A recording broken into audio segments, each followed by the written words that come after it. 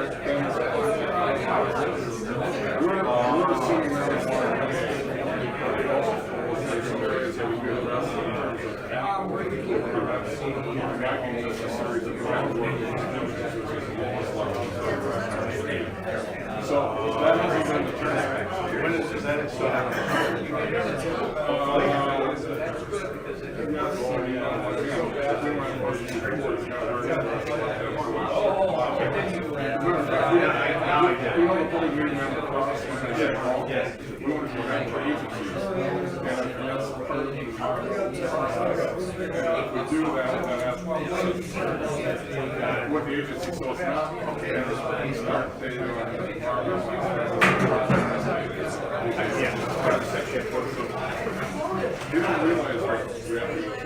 oh no, I can't, no. Just watching the EIS. Yeah, I'm taking my chance.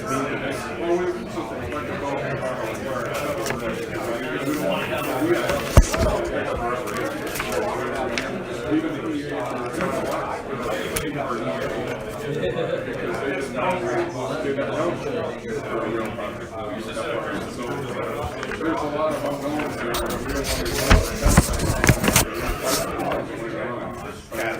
That's kind of a very complicated. That helps. I see that. That's all right. You took the word right out of my mouth. We make about 11. Thanks, Dan. 12. And seriously, Good morning, everybody. Thanks for coming. We're thrilled that you're here. We're going to kick off our meeting. We have a very full agenda for you this morning with some great speakers and a lot of good information to share. So here's our agenda, what we're going to cover. And in terms, we want to give you a brief overview of what's happened this year, what we've done. We got our focus and things had to shift earlier this year based off what we had planned, but we think we had a pretty good successful outcome to the year. We want to talk a little bit about 2018 and what's going to happen next year in terms of what we're doing, and we also want to give you a brief update on the privatization issue that was in the 2015 Amtrak reauthorization bill. That has gained some national attention. It was a major focus at the NARP 50th celebration. And so we want to give you our view and our perspective on that, and just give you some highlights in terms of what to think about in case that should come to reality. We're going to do something new this year. We have a lot of great members. You're here today. And we're going to start an annual citizen award. A lot of you do a lot for us, and we really want to recognize that and recognize your work, and so we're going to start an annual Citizen of the Year award, which we'll do later on in the program. We have some great speakers for you here today. Dan Chrome, head of the MnDOT State Rail Passenger Office. Frank Lauderly works with him on NLX. Alice Hausman will be here a little bit later to talk about the 2018 legislative session and what that looks like. And then we also have Ann Buchwald here, who is a community activist from St. Cloud, and she's done a lot of work in that area around passenger rail. And she's going to talk about things that we can do here in terms of mobilizing our efforts. Next slide. So 2017 in review. As you are all aware, the Trump administration zeroed out funding for the long-distance network trains. And we also found out that in the Minnesota State Legislature that funding was zeroed out for the MnDOT State Rail Passenger Office. So we responded to that with several key things. One is we sent out several member alerts to alert you and entice and ask you to call legislatures and the governor's office, which you did. And as we found out from the governor's office, He said, yeah, we've been getting a lot of calls on this issue. So it's like, it works, yay! So thank you very much for your efforts. We also sent out 2 press releases earlier this year from the February to May timeframe, and we're making some good inroads. Bruce Treckler, who is here today, really helped us organize that and get those communications out.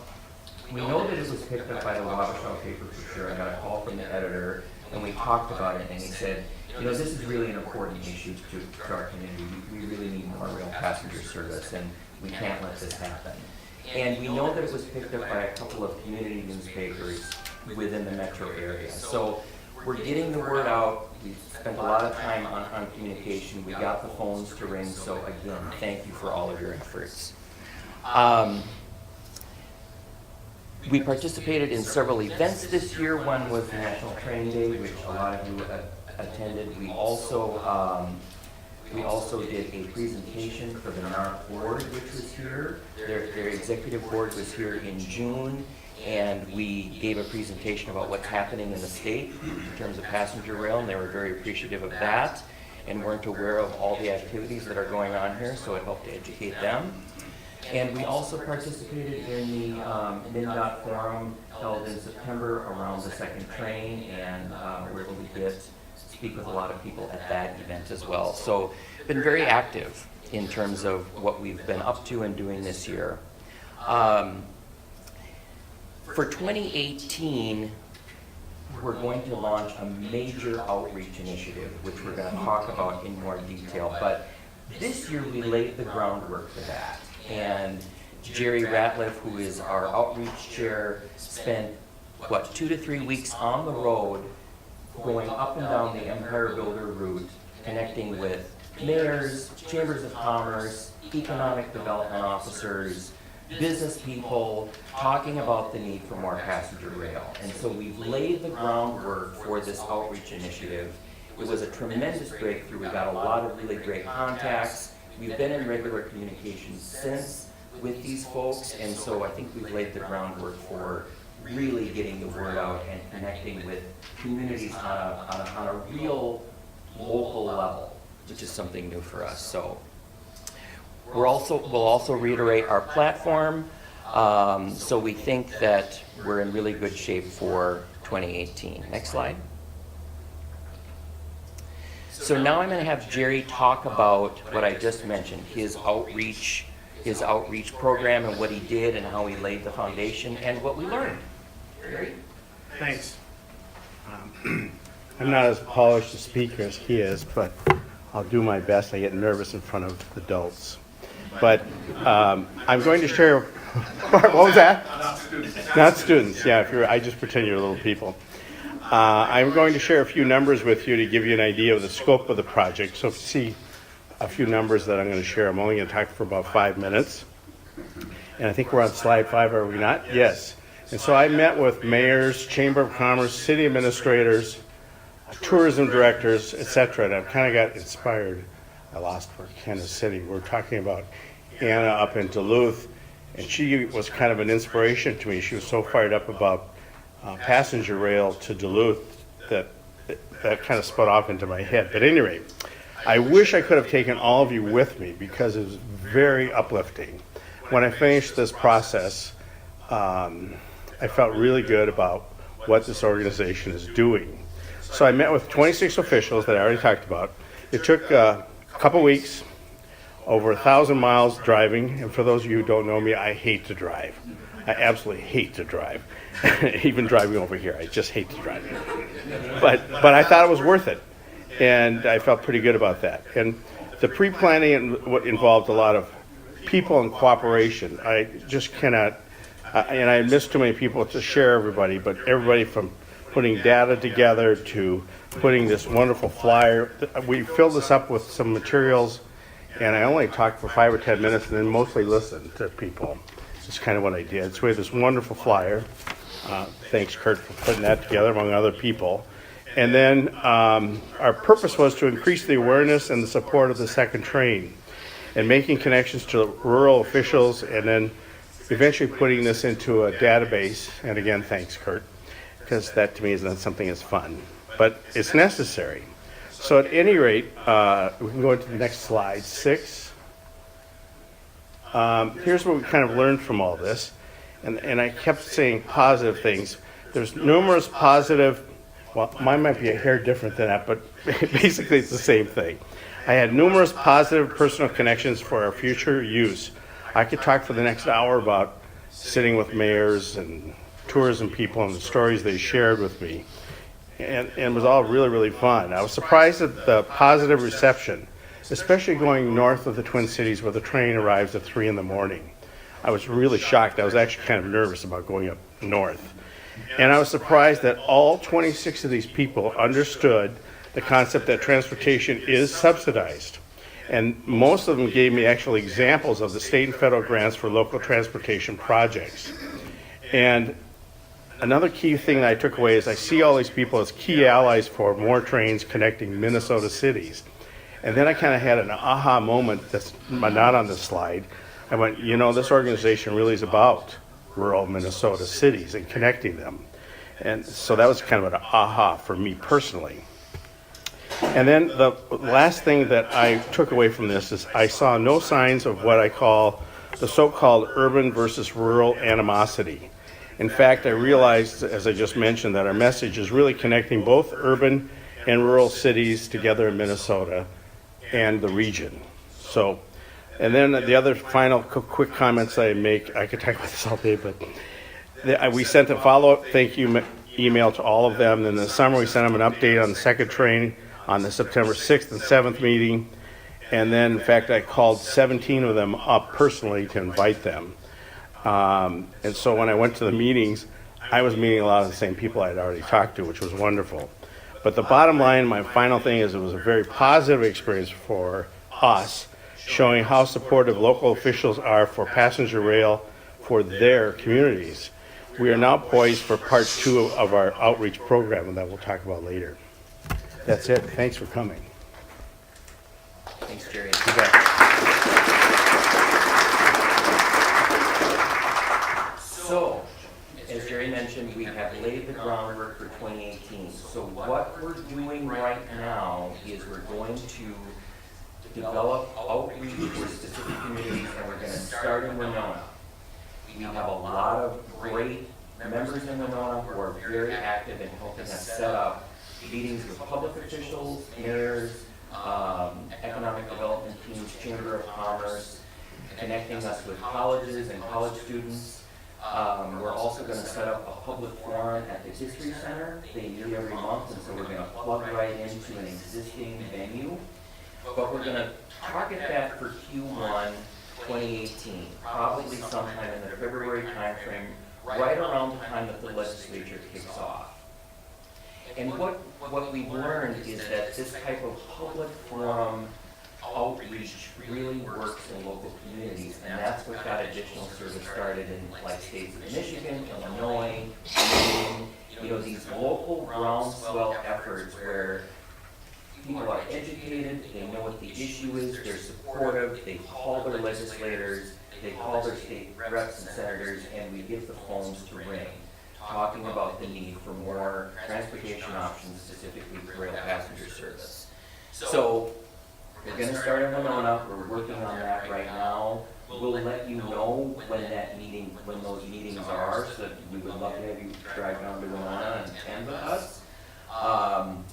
But then the next phases after that is we're going to work our way up the Empire Builder Route. We're starting with the second train frequency right now because that's a major platform initiative for us. We're going to expand to NLX line to Duluth and then up to Fargo, and then we'll be going south down to Des Moines and the Kansas City route. But we're going to start in Winona. And we think that we can really get the word out and get people educated. So we're very excited about that, and that's our strategy. Part of our issue, of course, as we've mentioned before, is that we're an all-volunteer organization, all-volunteer board. Many of us have day jobs. I do, unfortunately. I mean, I still do. So it's challenging from a time perspective, but we feel that we're well organized. We have a lot of support in Winona. We'll see how that goes, and then our goal is to carry our outreach plans up and down the Empire Builder Route. So Next slide. So Jay Severance on our board has done a lot of work this year with legislative outreach. And he's going to talk about what we've done, what we're going to do, some of the outcomes of that, and some positive developments in our legislative outreach. Jay. Thank you.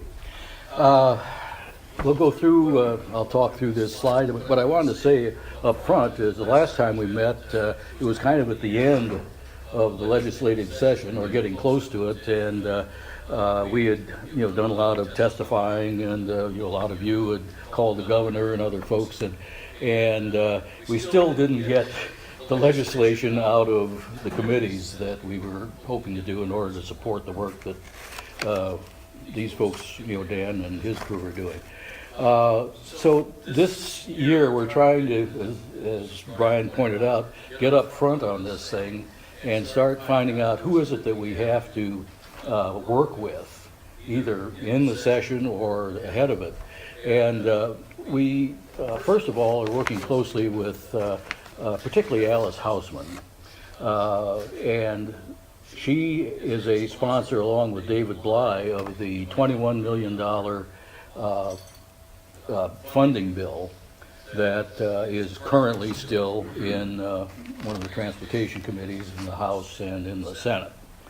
That has not moved, but it's still there, and so we want to kick it loose because that basically funds all of the projects that we've got on the board here. And Dan will, I'm sure, take you through what the projects are. The $1 million in general obligation bonding was presented by Jeremy Miller in the Senate and by Barb Haley in the from Red Wing in the House, and that was specifically for the second train study. But again, if we can get it out of committee and get it approved, that's going to help fund the rail office in doing their job. So those are our two immediate targets, to try to get up front, let people know these have to get out and be approved in order for the work to go forward. And again, I'd ask Dan to kind of fill us in on how long he's going to be able to survive without this money, but I think it's fairly important. One of the things that we were able to do is attract an intern from the University of Minnesota, and Eric Eklund back here, wave.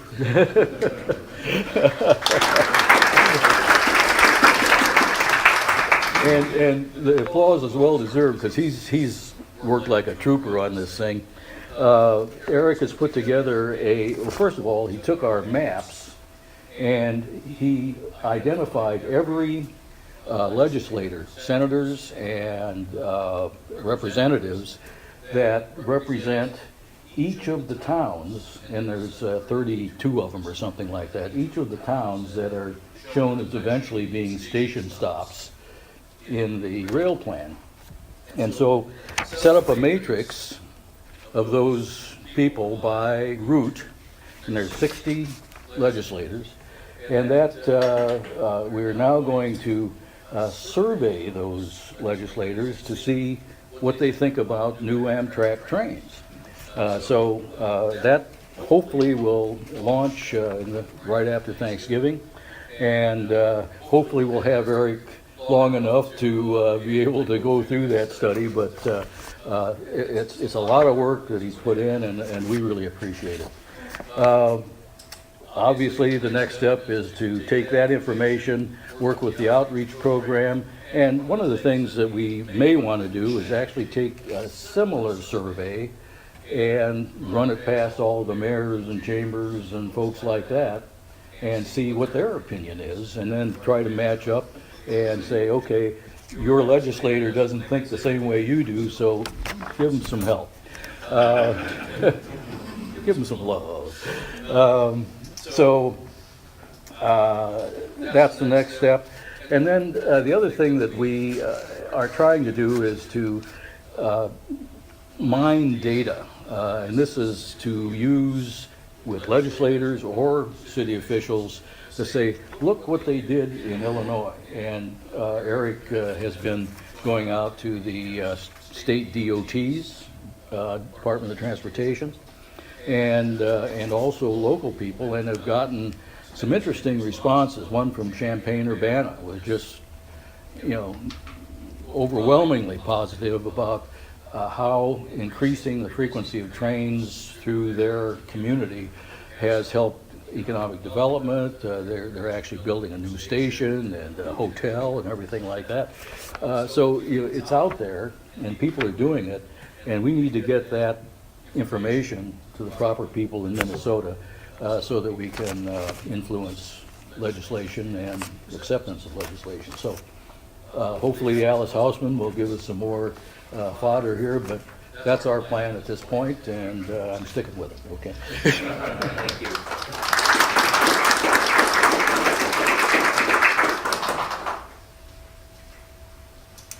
So, as I mentioned earlier, there's been debate around the issue of privatizing long-distance routes.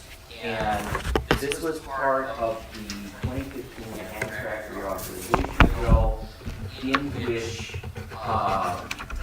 operators are invited to bid on running a long-distance route from South West Chief to the Empire Builder.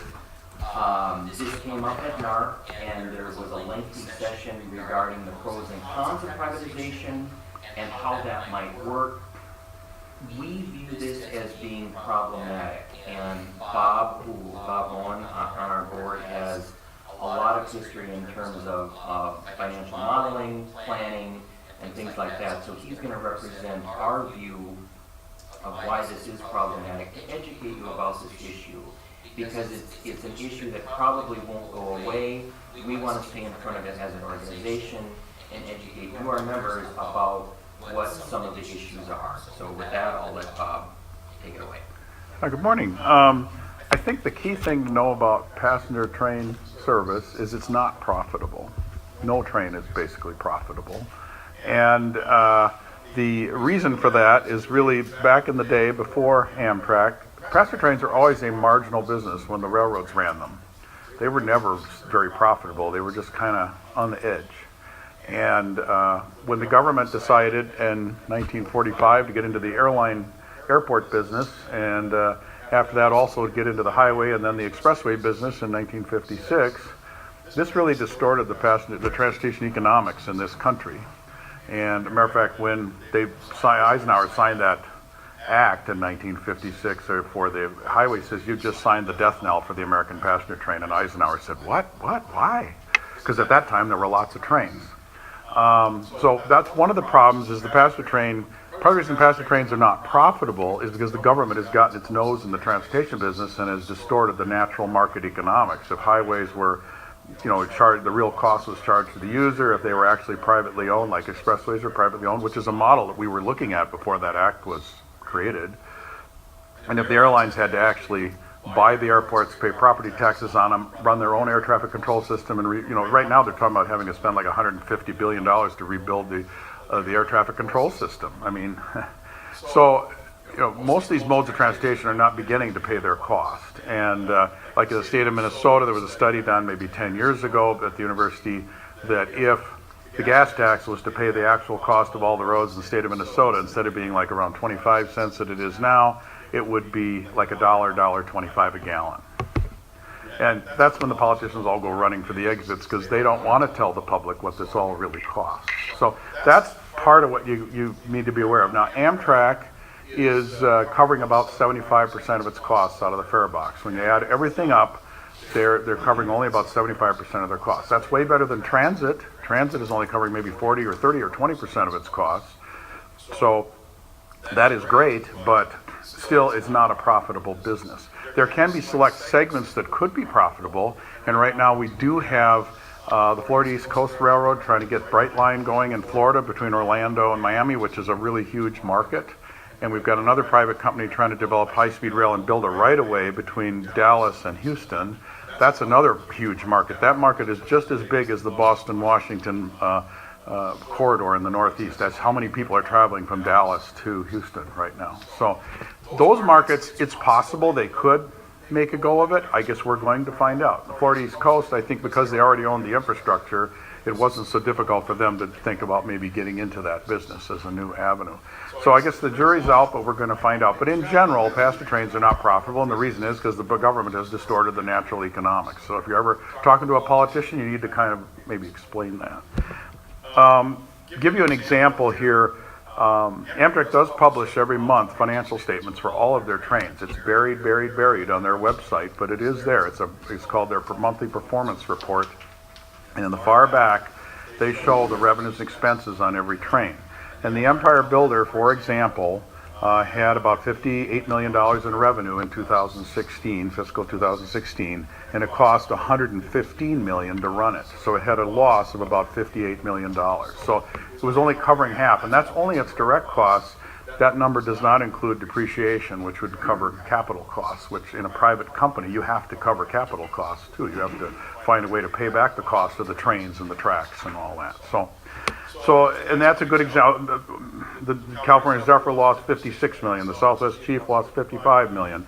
I mean, these trains are not profitable moneymakers that some private company is going to go rushing in to do.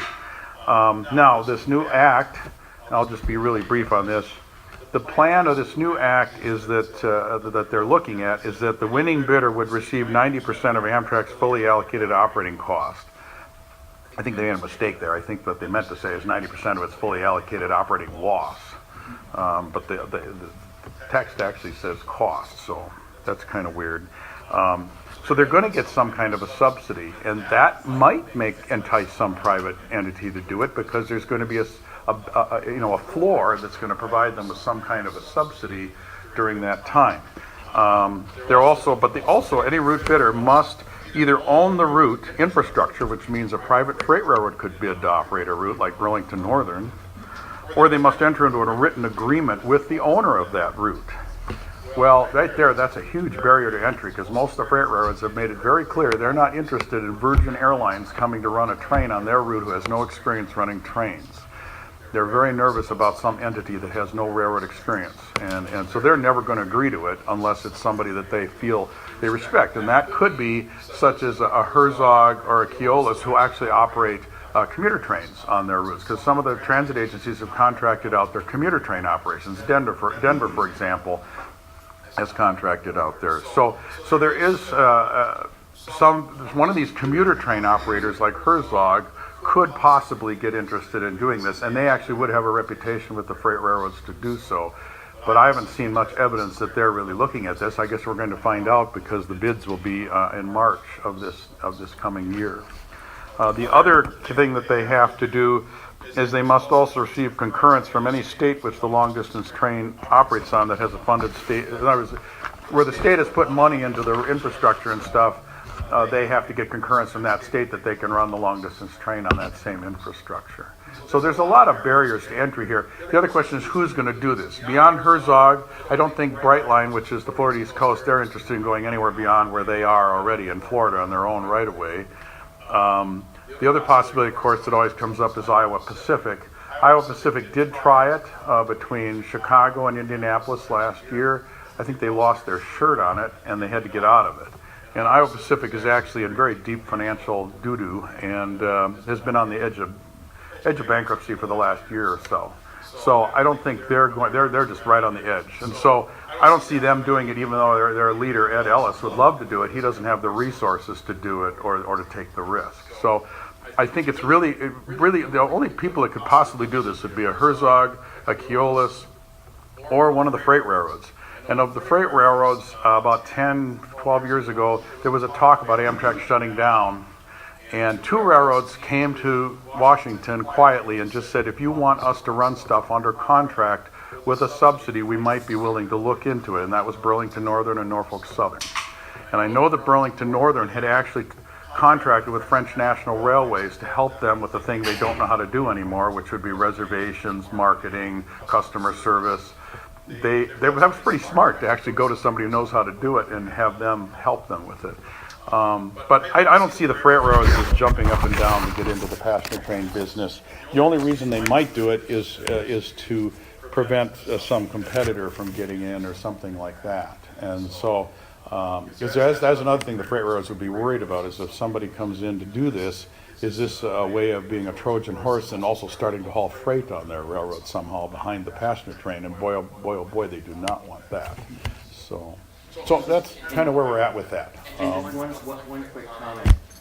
Rick Norman made the public statement very recently that the long-distance trains cover their operating costs. Where the losses come in is the fully allocated cost from Amtrak in terms of ticketing, reservations, marketing, legal departments. That corporate overhead allocation from a fully allocated cost perspective, which causes the long-distance trains to go into the red, and indeed the Amtrak system. But anyway, he did come out with that public statement, which I thought was interesting, to say the least. Yeah, another thing I should point out is that a lot of the corridor trains actually lose money worse than, long distance trains tend to have a very high revenue per train mile. Corridor trains do not. And the Northeast Corridor is often touted as being profitable. It is not profitable. It covers its direct operating expense and has some money left over, but when you start to take out the capital out of the equation, which any private company would have to, it's a very large loser. Amtrak a couple of years ago, 2 years ago, put out their plan, and they put out the forecast for what their capital needs were for the Northeast Corridor for the next 20 years. And I thought, this is fantastic. Now I can take their operating profit that they're always touting, profit, and I can, instead of deducting historical depreciation, which because of inflation may not be a very good estimate of capital needs, I can deduct their actual capital projections, which is, I think it was like $650 million a year in capital needs, and there was $150 million a year in profits. So they basically told me they're projecting a loss on the Northeast Corridor of $500 million a year into the next 20 years. So Amtrak doesn't want to talk about that. They love to talk about this operating cost thing. And in government does tend to think of operating costs as separate from capital, because capital is to some extent viewed as free. It's a grant. And so in government, sometimes people tend to think that way. But the key thing to understand is a private company doesn't think that way. They've got to recover all those costs, and they have to have a profit. And that's where we're running into it. So I did some analysis. Amtrak has never released, they've never allocated depreciation by route or to any of their markets. And I took their total depreciation and allocated it back, and it showed that and just did an estimate. It's like a back of the napkin estimate, because they know what the real number is. They just don't want to publish it, because it would show that the Northeast Corridor loses money. It would show the short distance trains lose money. It would show the long distance trains lose money. If you look at it, though, the long distance trains tend to lose more proportionately than the Northeast Corridor, and the short corridor does quite well in terms of cost recovery, just because it has so many riders. The other thing with short distance trains, that Amtrak takes all the states pay money to have them run the train to basically cover their costs, and Amtrak puts that into their numbers as a revenue and not a subsidy, and so it makes them look better than they are. But if you look at it, I think all long distance, short corridor, or Northeast Corridor, they all lose money, and the long distance probably proportionally more. So the other area, I guess go on to the next slide, because we do need to keep moving. There's the route structure, which we also have over here if you want to look at it. This is the route structure of the core routes that we came up with a couple years ago, and I gave a presentation at a meeting maybe a year or two ago about how we came up with all the detail behind these routes. But when we did look at this, we looked at where's the population, where are people traveling, and where is the rail infrastructure in pretty good shape where it could, without a lot of extra effort, handle trains. And so we didn't, for the most part, we did not look at places where the tracks were in pretty darn poor shape and would require huge amounts of investment. The only place we looked at in that would be that line out to Sioux Falls and Sioux City and down to Omaha. That would require some more investment, because the tracks are more like in 45-mile-an-hour condition or 40-mile condition. They're not up to 79. But the routes we selected were basically based on population, and we concluded that Twin Cities to Chicago, no matter which route you decide to go, and we show 3 options there, is by far the route that's going to be the most successful out of the gate. It's the route with the most passenger potential, given the population and given the amount of people traveling in that corridor. So we're very supportive of MnDOT's efforts to make that a train that is going to be up and running. Duluth is another really good route. Fargo is good in the sense that it doesn't require a lot of capital to get running. But the route with the second best population in the total route population is Minneapolis or Twin Cities to Des Moines to Kansas City. And we did do we went out in the field here a year ago.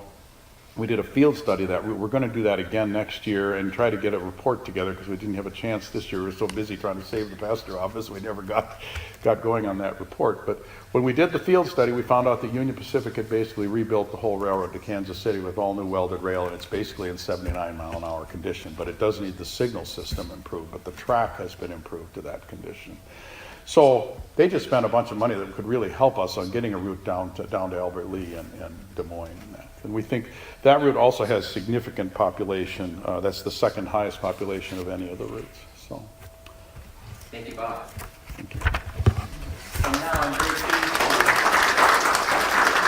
pleased to introduce Dan Cohn, Head of Director of the MnDOT State Rail Passenger Office, who's going to give us an update on their work.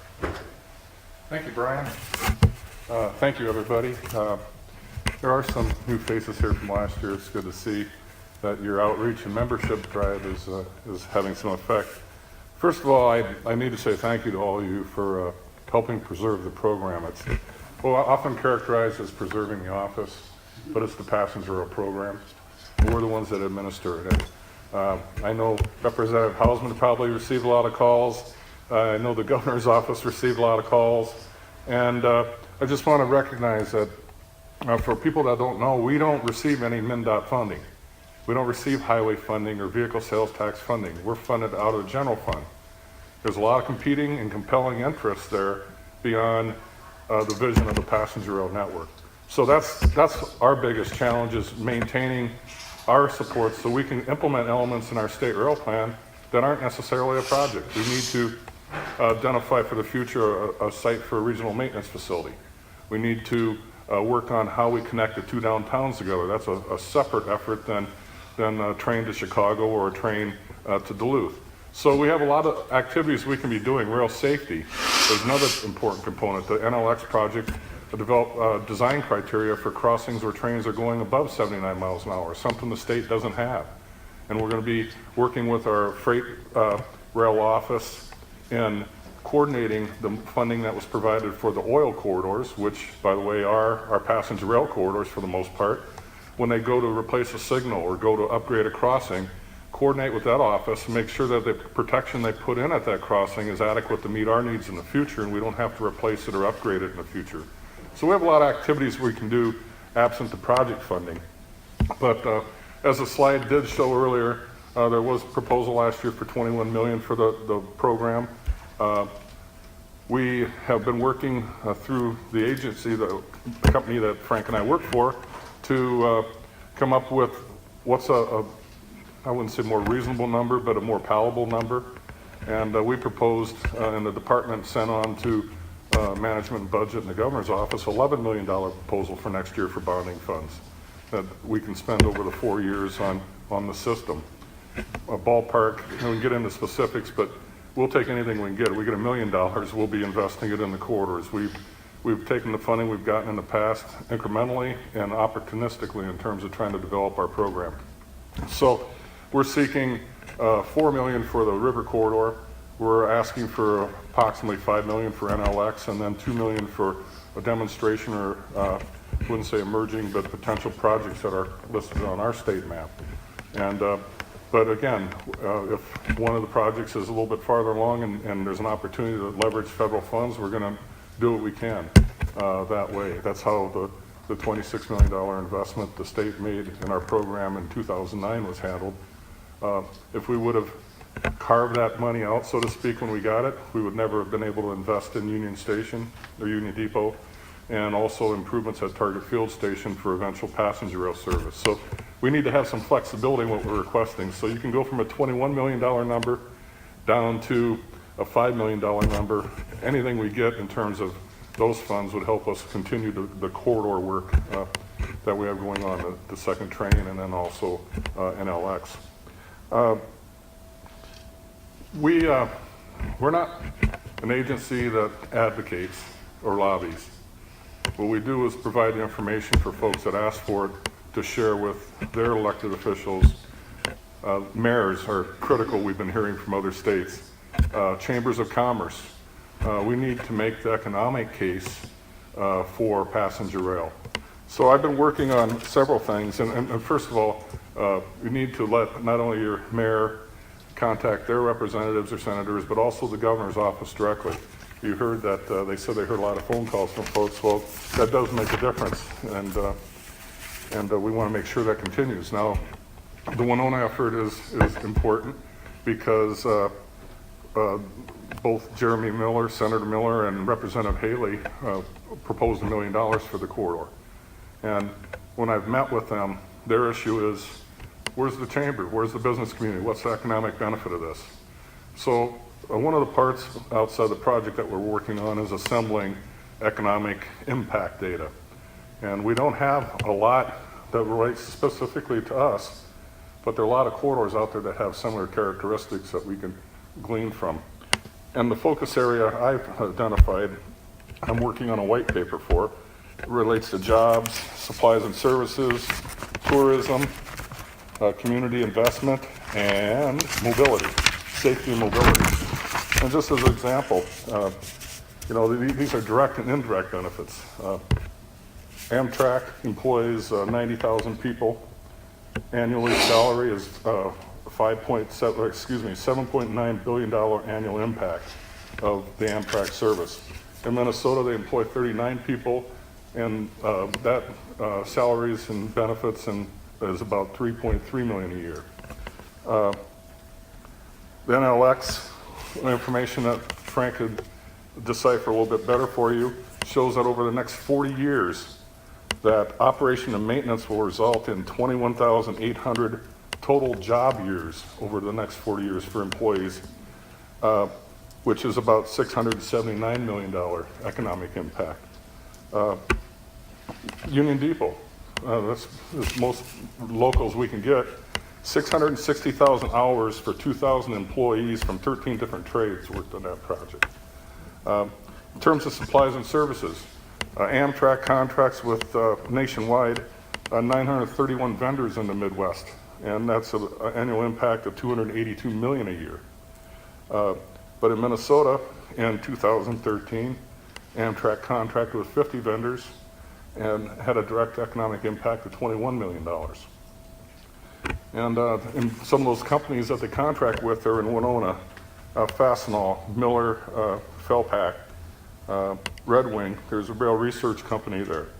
La Crescent, Twin Cities, we have Dynamic Air Systems, and so on down the line. So there's the supply or the indirect benefit is as important as the jobs.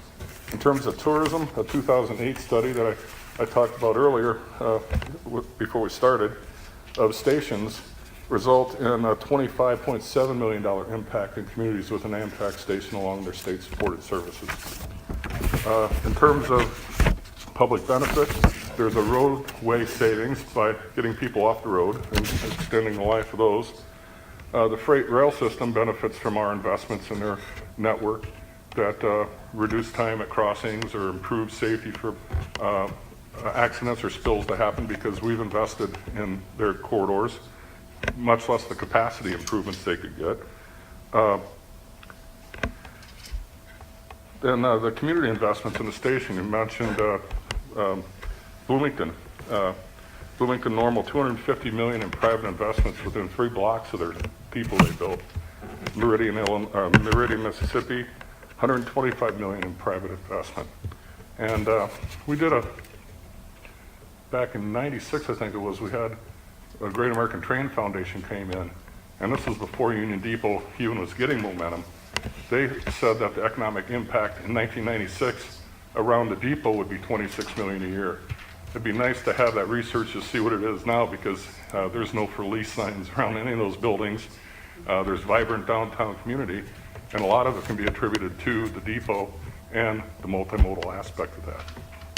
So those are the types of areas we're digging out information. A lot of this isn't out there.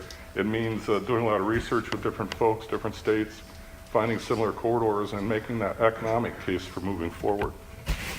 So with that, give you a little bit of update on the project. Frank is going to share information. By the way, for the folks that don't know, you have 2/3 of the passenger rail office here right now. So, but I deal with the bureaucracy and organization for the most part, and Frank is truly an asset to the state and to our office in terms of projects.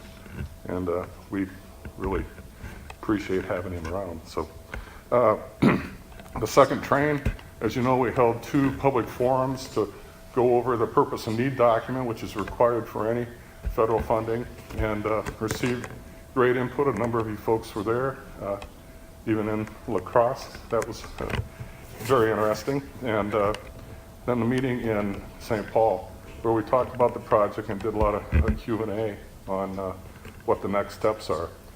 Right now, we're wrapping up our work on the service development plan, which is a document that is making basically the business case to do the service. We're doing continual revisions to our operations modeling at the request of the Federal Railroad Administration with the Canadian Pacific. I must say they're a strong partner with us. The proof's in the pudding when we rubber hits the road, so to speak, when we actually need to start implementing with their data people. The folks in Calgary have been extremely cooperative and helpful with us, and we're grateful for that, as are the folks at in Fort Worth with the DN. And I think we underestimate the value of having the private sector, the freights, working with us on these efforts. We're moving forward with looking at, the FRA has not defined the environmental process yet. There's layers of environmental review, from the environmental impact statement to the environmental assessment to what they call categorical exclusions, where you look at site-specific environmental impacts of additional service. We're working with the FRA to get the level that's appropriate for the corridor. EIS takes years and lots of funds. If there's existing rail service there, that's a factor. If it's number of frequencies we're looking at adding is a factor on environmental impact. But from west of Milwaukee to St. Paul, we know there's 4 areas that we need to have addressed. Maderi in La Crosse, the river, and Winona, Tower, CK, the junction, and also then in front of the depot. We need to have improvements there. And they've indicated to us that if we had the resources to make some of those improvements outside of the corridor project, that would lessen the need for the higher level of environmental work. The environmental issues will still be addressed, but not as complex. So we know right now ballpark 17 million in improvements in the Winona area. If we had a way of funding those, then we're down to 3 impact areas that might drive a lower level of federal clearance that we need. So we're still going back and forth with our funding partners. Please keep in mind, roadway projects sometimes takes 20 years to happen. You can't just put another train on somebody's railroad and not have the same sort of level of development completed. So that's where we are with Twin City, Milwaukee, where our funding is going to be wrapping up the project with the amount of money we have now early in the spring. Our focus is going to be on maintaining the validity of the documents and the investment the state's already made in these corridors. What do we do to not mothball it? What do we do not to put it on the shelf, but how do we move it forward with the existing staff expertise we have and resources that become available? So I'm going to let Frank talk about the NLX, and then if anybody has any questions for us, we'd be glad to take those. Thanks, Dan. Well, as Dan mentioned, I'm the project manager for the Northern Lights Express project, and where we've been for the last couple of years is that we've been working on what's known as the Tier 2 environmental assessment. And FRA has this unique environmental approach where they first look at what is the appropriate route, and that was our Tier 1 EA, which we finished about 3 years ago. And that's where we came up with a particular specific route. And now the Tier 2 EA was our effort to look at very site-specific issues, excuse me, But as of the end of June, we are, the NLX project is in a very unique position both within the state and within the country, and that we're the first project to complete the Tier 2 EA level of environmental analysis. We still have some bureaucratic hurdles with FRA. I just got an email yesterday. We cleared one more hurdle. By the time we get to the legislative session, we'll have the final approvals from the FRA to move forward with this project. And NLX, if we have the local match and federal money becomes available, we're ready to go into final design and implementation. We don't have to do any more planning. The planning is done for NLX. We're in the position now where if we get the funding for final design and for construction, we can start running trains. We don't have to go through the process of figuring out what kind of environmental work we do. We don't have to pick the route. We don't have to pick the equipment. All that work is done. So where NLX is that we are now in that position where Bob was and others were talking earlier, where we need the local officials, we need the citizens, we need people to start making those calls to the governor's office and to the commissioner and to your representatives saying, we're ready to go, let's get on board, NLX, and get it moving. I mean, it's as simple as that. I'm not sure what else I need to say, except that we're ready to go, yes. Well, is there a specific amount? Or if they're calling there, like, what should they specifically be saying? Well, we are estimating that the final design is somewhere in the $40 to $50 million range. The local match would be about 20% of that. So we're asking, the local match would be covered in our request. If we get the 21 million request, it would be covered in that. So I think pushing for that maximum request would get us the local match. I don't know that there's much chance that we would get final design funded entirely by the state, but that's certainly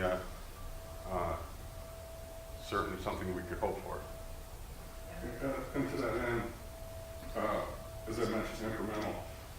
If we got any amount for the corridor, we'll put that towards the project and have that work done and ready to go. I mean, yeah, we want all, but Yeah, I mean, I realize it's part of a bigger thing too. It's not as clean cut, but.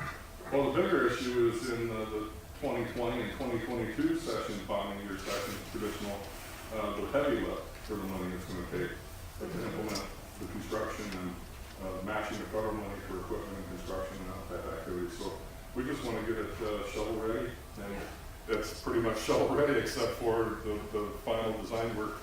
Right, and now another thing I wanted to mention too is that as part of the work that we did, we went ahead and we did a benefit cost analysis and an economic impact analysis, and that analysis clearly demonstrates that over the 40-year life of the project that we get a positive return on investment when you consider both the monetized benefits of travel time savings and the impact on the environment, but not just these what we call monetized benefits, but actual money, actual economic growth will return to the state more money in economic growth than what the state has to invest. And that's a positive return on investment. We demonstrated that. And the Transportation Research Board, in fact, has just published, as of last week, a paper that describes that whole cost-benefit analysis, something that I prepared with our consultant team and submitted to the TRB, and they have actually published our benefit cost analysis as a model for other projects around the country. And that's another thing I wanted to mention. Because we're so far out in front of other projects around the country, FRA is actually looking at our project as a model for how other corridors should be planned because of some of the things we've done. So we've got several things going for us. We've got a very positive reputation with the FRA on this project. We are very, very close to having the finding of no significant impact that we need that clears the way for moving on to the next step. And I think that we could have trains running by 2020 if we can keep the momentum moving. What Frank's referring to is, the model is the fact that that mid-level of environmental clearance, the environmental assessment, isn't typical for a corridor like this. And they agree that that's the appropriate process for this corridor, and not doing a full-blown environmental impact statement. And that's what they want to model and share. And the paper that Frank wrote is being widely received by other parts of the country. So we are ahead of ourselves in some areas, but we're behind in a lot of areas. It just takes time to catch up with states such as Michigan, Illinois, that have had defined systems and have gone through their processes and have service on tracks. And another thing to think about too is, I spent a lot of years working on Hiawatha LRT. A couple of other people in the room did that as well. And there was a lot of discussion about why are we building this line from downtown Minneapolis to the airport instead of going from downtown to downtown? Why are we doing this first? Well, we had the opportunity. We were out in front of the environmental work.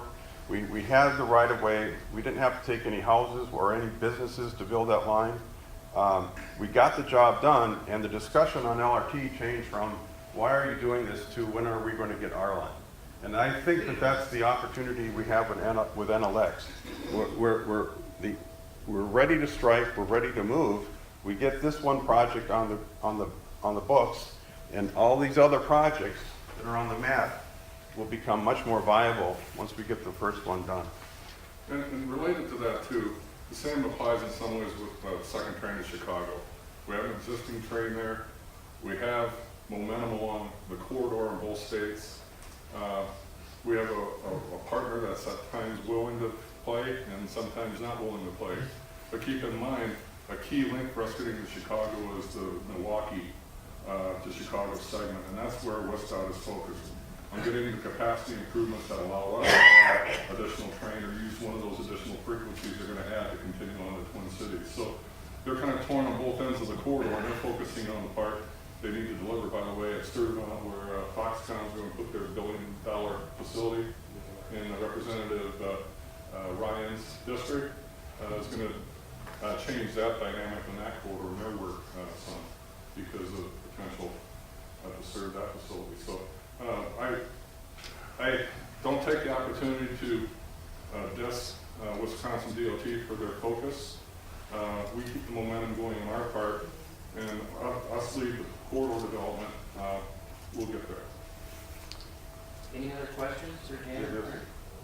Over here, there's a question. With the new administration in Washington, how realistic is it to get federal funding, assuming we get the local match? Well, like the way I look at the national scene right now is that it's very unpredictable. But there is a focus there on involving the private sector in developing these corridors. There's more of a focus of public-private partnerships. And that's going to be, I think, through at least the next 4 years, a focus on how corridors can advance is, do you have a willing partner? Is the BN going to participate on crossing improvements that maybe aren't in our short-term capital plan, but could be longer out, that if we have federal or state money, could advance them. So there's going to be unique opportunities, I think, for us even without direct federal money. Just keep in mind, though, that we need to have strong private partnerships. And frankly, we don't have legislation in Minnesota to partner for rail projects, public-private partnership. We do for road projects, but we don't for passenger rail projects. So that's another focus area that we're going to be working with our government, or our chief counsel's office. So what are the legislative issues that need to be resolved policy-wise, contracting with another state to buy equipment, those types of things. So there's a lot of those activities that need to take place, and the federal administration changing focus from the previous is just unfortunately part of our game. Well, and a couple of other things to think about, though. You know, when again going back to the Hiawatha experience, you know, we got our full state match in 1999 in the 1999 legislative session. In 1997, there was no prospect of building LRT. I mean, in a 2-year period, everything changed. So our job is to get everything ready. And, you know, we can't predict what's going to happen at the federal level. I hear that a lot. You know, why are we doing this? There's no money at the federal level. Well, we're doing it because we don't know what's going to happen, and if something happens, I mean, we can't, what, we had $8 billion all of a sudden a few years ago that just came out of nowhere. So again, what we're doing is we're making sure we're ready. The next step is actually now that we're completed with our work with the FRA, I'm actually starting to sit down with Amtrak to finalize the deal for operating this system.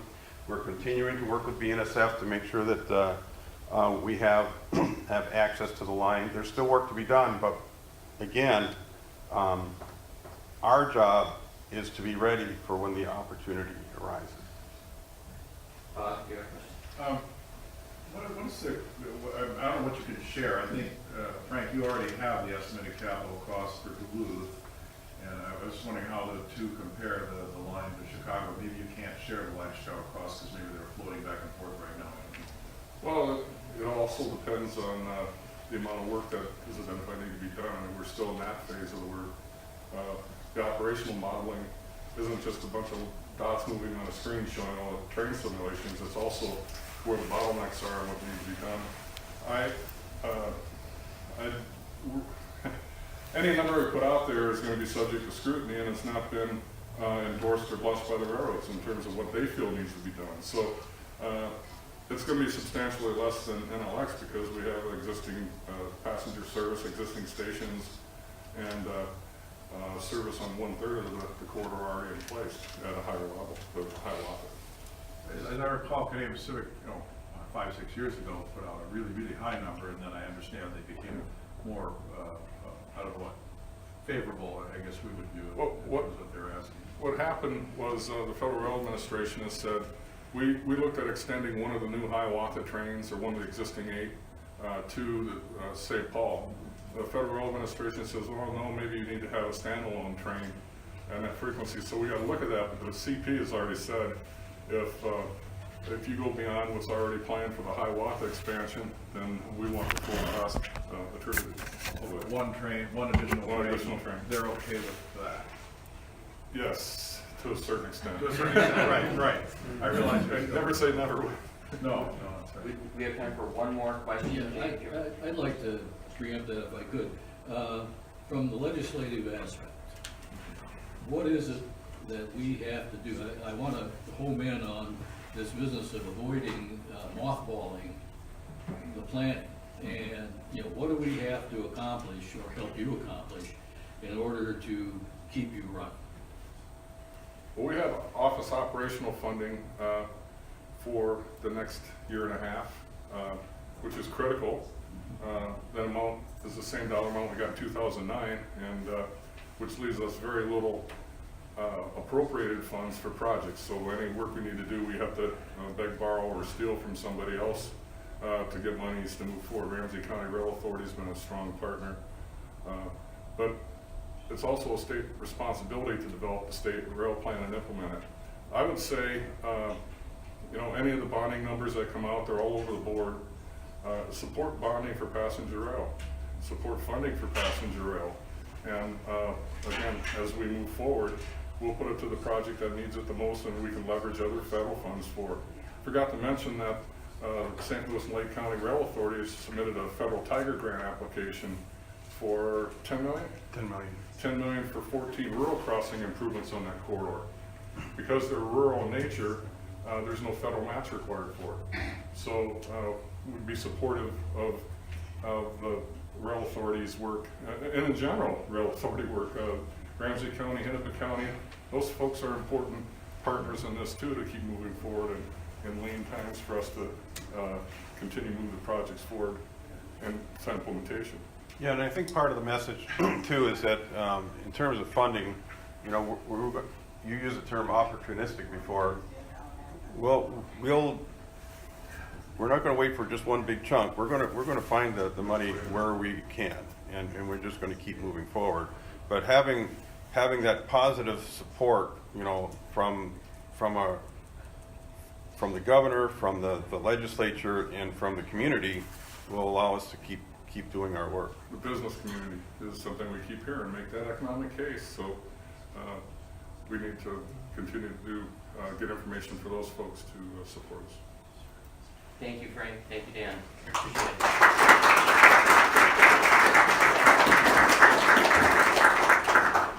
I'm very pleased to introduce Representative Alice Hausman.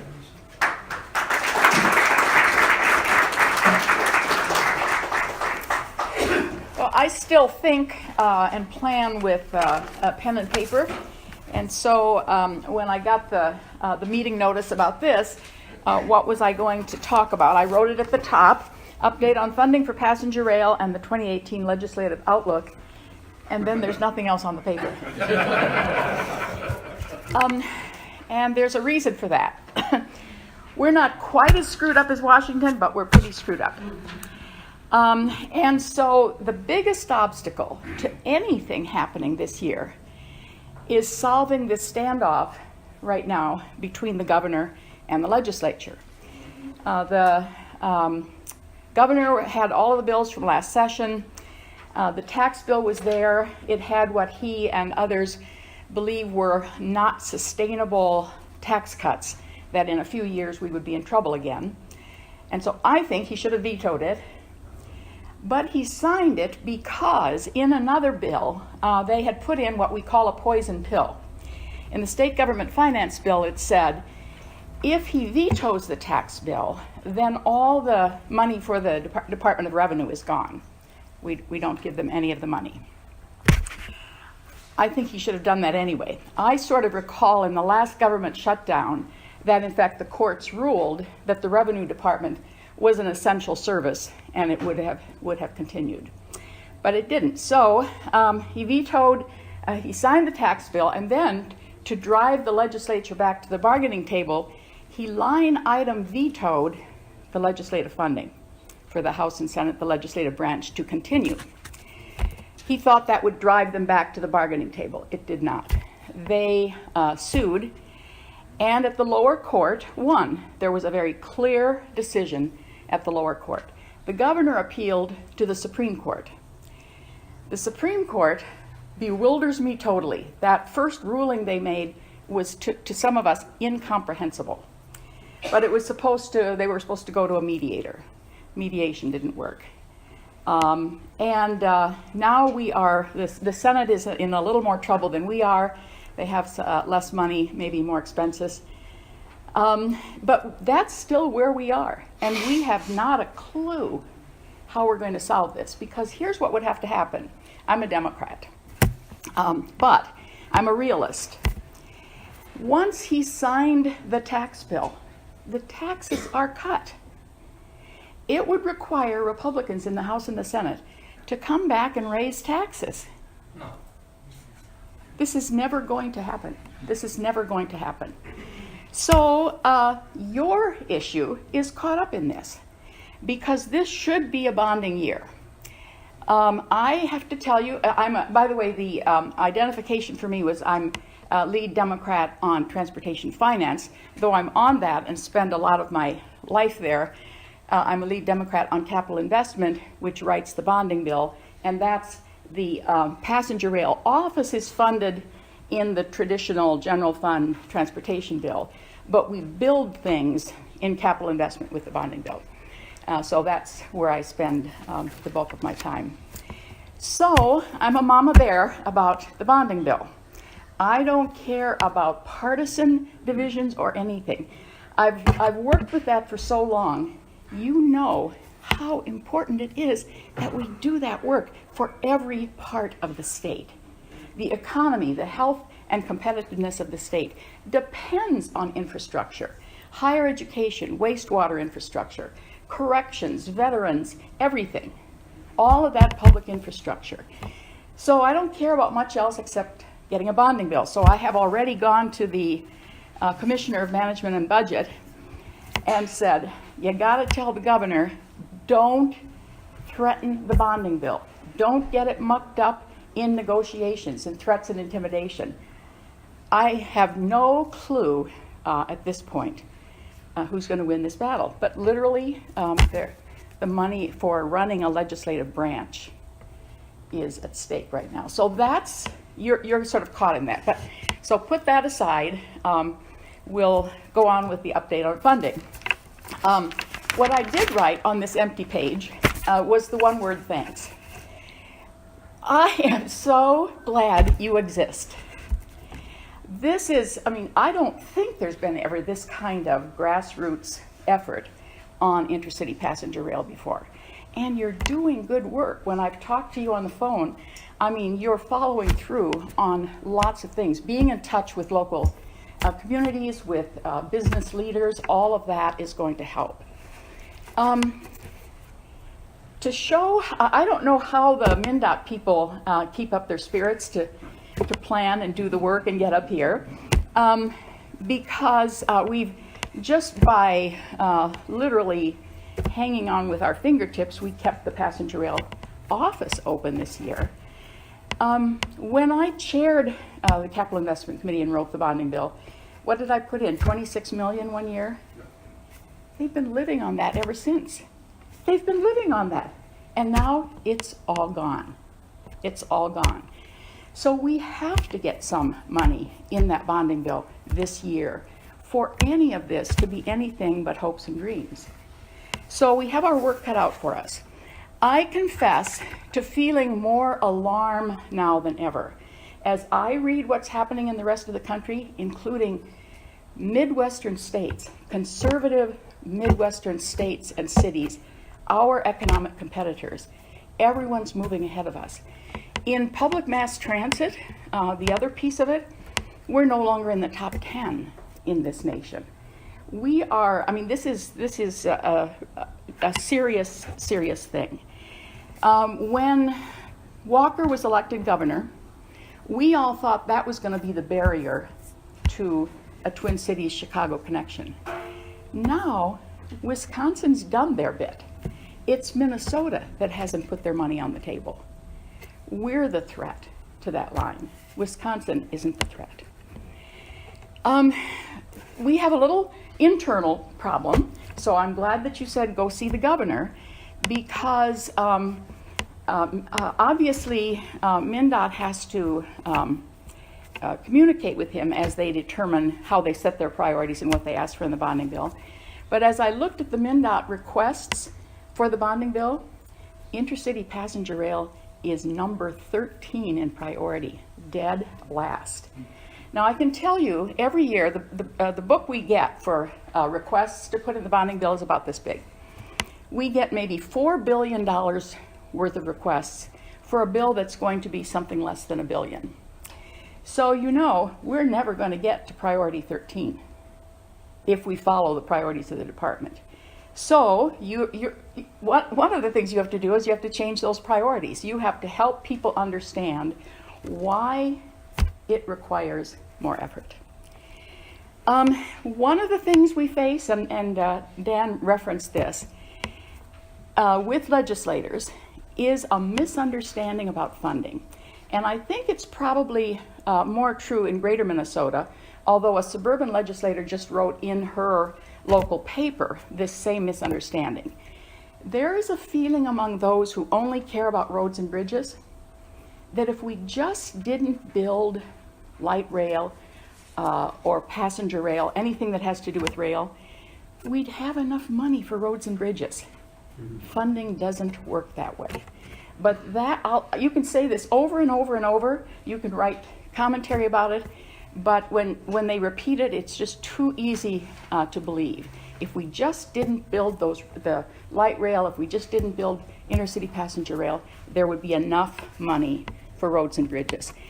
The other misunderstanding there on the part of legislators is that people only care about roads and bridges. We have an aging population. There are many who don't want to drive anymore or shouldn't drive anymore. But on the other end of the spectrum, young people, we used to think of the car as freedom, but there's another generation that thinks of the car as a trap. It might be because they have high college debt, or it might just be that they don't want it. Everyone all across this state, including Greater Minnesota, are looking for transportation alternatives, for different ways of moving and not being dependent on the car. The The other thing, beyond the misunderstanding of funding, is just an ideological anti-rail feeling. Very, very strong, and in fact, it's getting worse.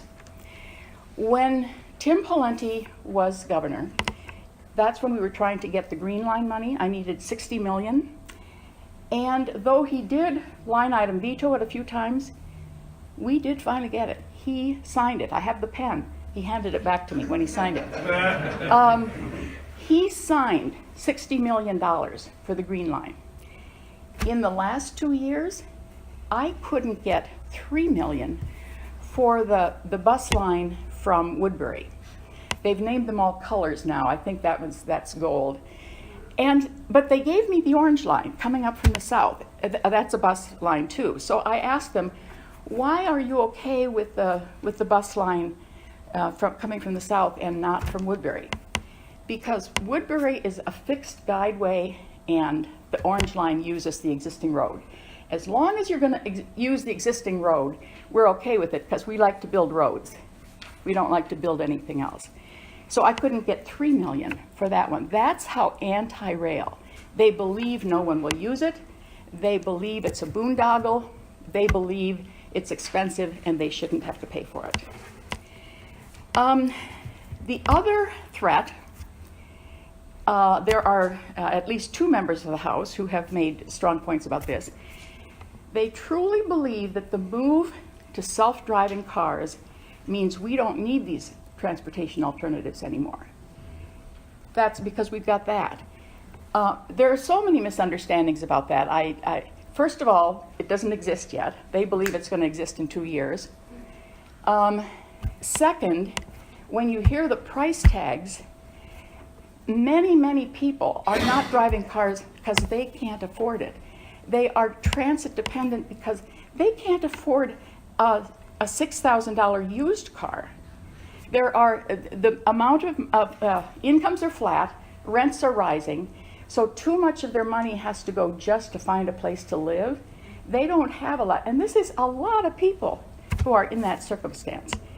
So self-driving cars, they believe, will mean really we only need that. We still would have to build roads, and people would have to be able to afford that vehicle.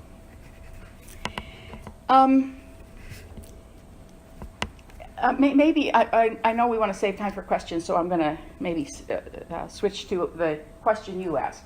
How much should we ask for this year? We had some brief conversations over the phone. That David Bly bill names 21 million. That's an old number. But I think there are some people who worry in the context of this uphill battle we have, will that price tag scare them? And would it be easier to look for a smaller number? That's something that this group will have to have the conversation about. I'll work for whatever you decide, but I think it's a conversation you might want to think about. What's the absolute for this year? I am always of the belief that we should have a bonding bill every year, and that would take some of the pressure off of you. You wouldn't have to deliver a large number that has to last you for a few years, but that's a battle I have not necessarily won yet. So the conversations you have, I've always believed somehow that if the big business groups weighed in, that we would have some success. But this last year, both Doug Loon and Charlie Weaver of the Minnesota Chamber and the Minnesota Business Partnership wrote an editorial. We need roads and bridges and transit. It changed nothing. So I think there has to be a different level of business engagement. One is very local, but one is the really big players, like Doug Baker of Ecolab walking into Doubt's office and saying, do you know what's happening in the rest of the country? This is going to hurt our state. I mean, that there would have to be some of those names who would walk in and have that conversation. I mean, that's organizing that a group like yours can do. And they've been helpful in the past and have been willing. So, I mean, that's one of the possibilities. The other is playing a little tough with your local legislators. When the North Star Corridor was first proposed, there was massive opposition. And then the local communities always get it. There's a line that somebody gave me one time.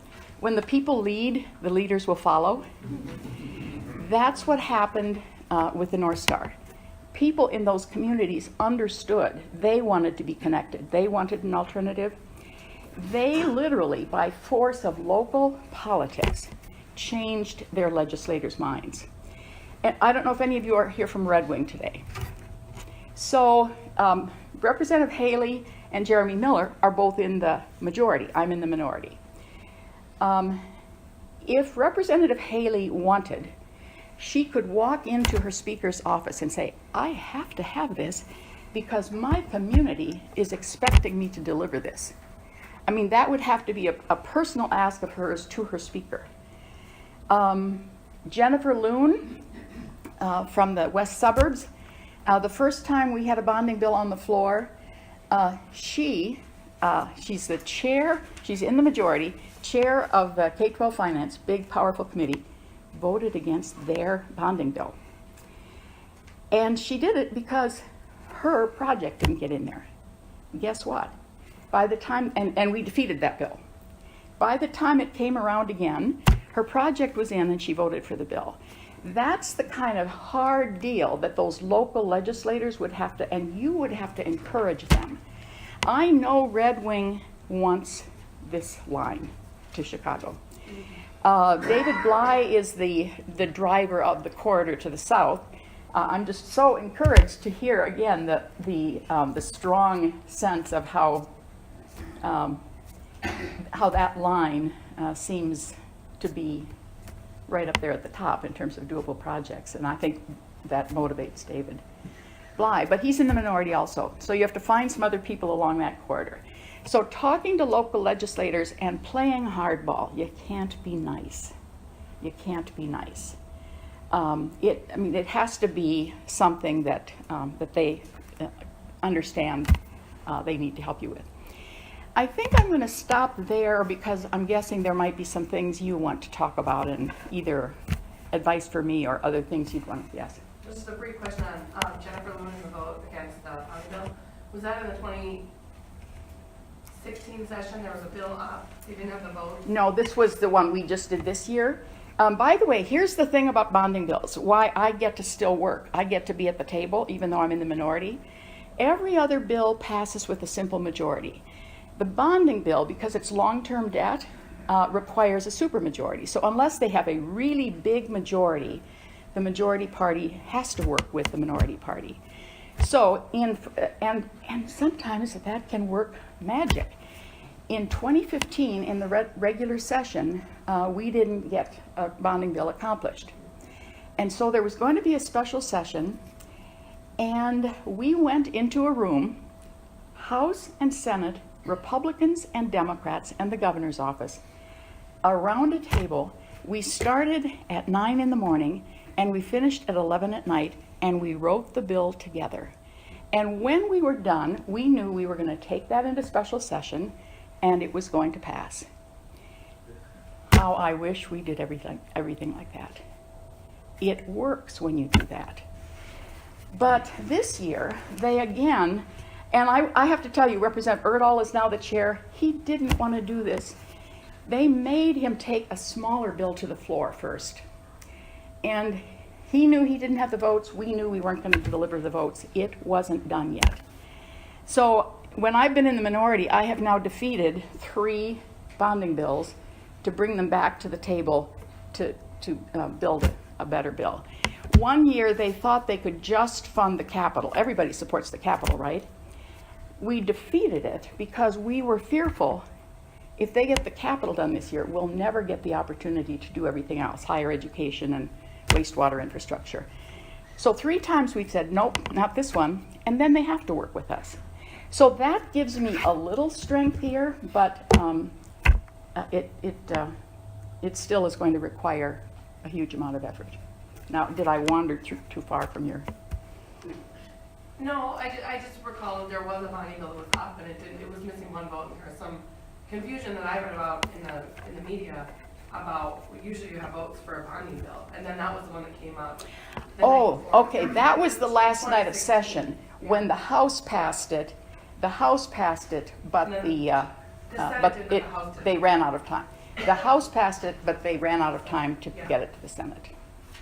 Yeah. So that's why we're behind. I've done the math, and I'm gonna argue with the leaders about the math. If I've talked to this group before, I'm sure I've used this. Arnie Carlson was the first governor to sign a $1 billion bonding bill. If we just factored in inflation, our bonding bills today should be roughly $1.45 billion. But we're still stuck at $1 billion. In fact, it's better to be just under.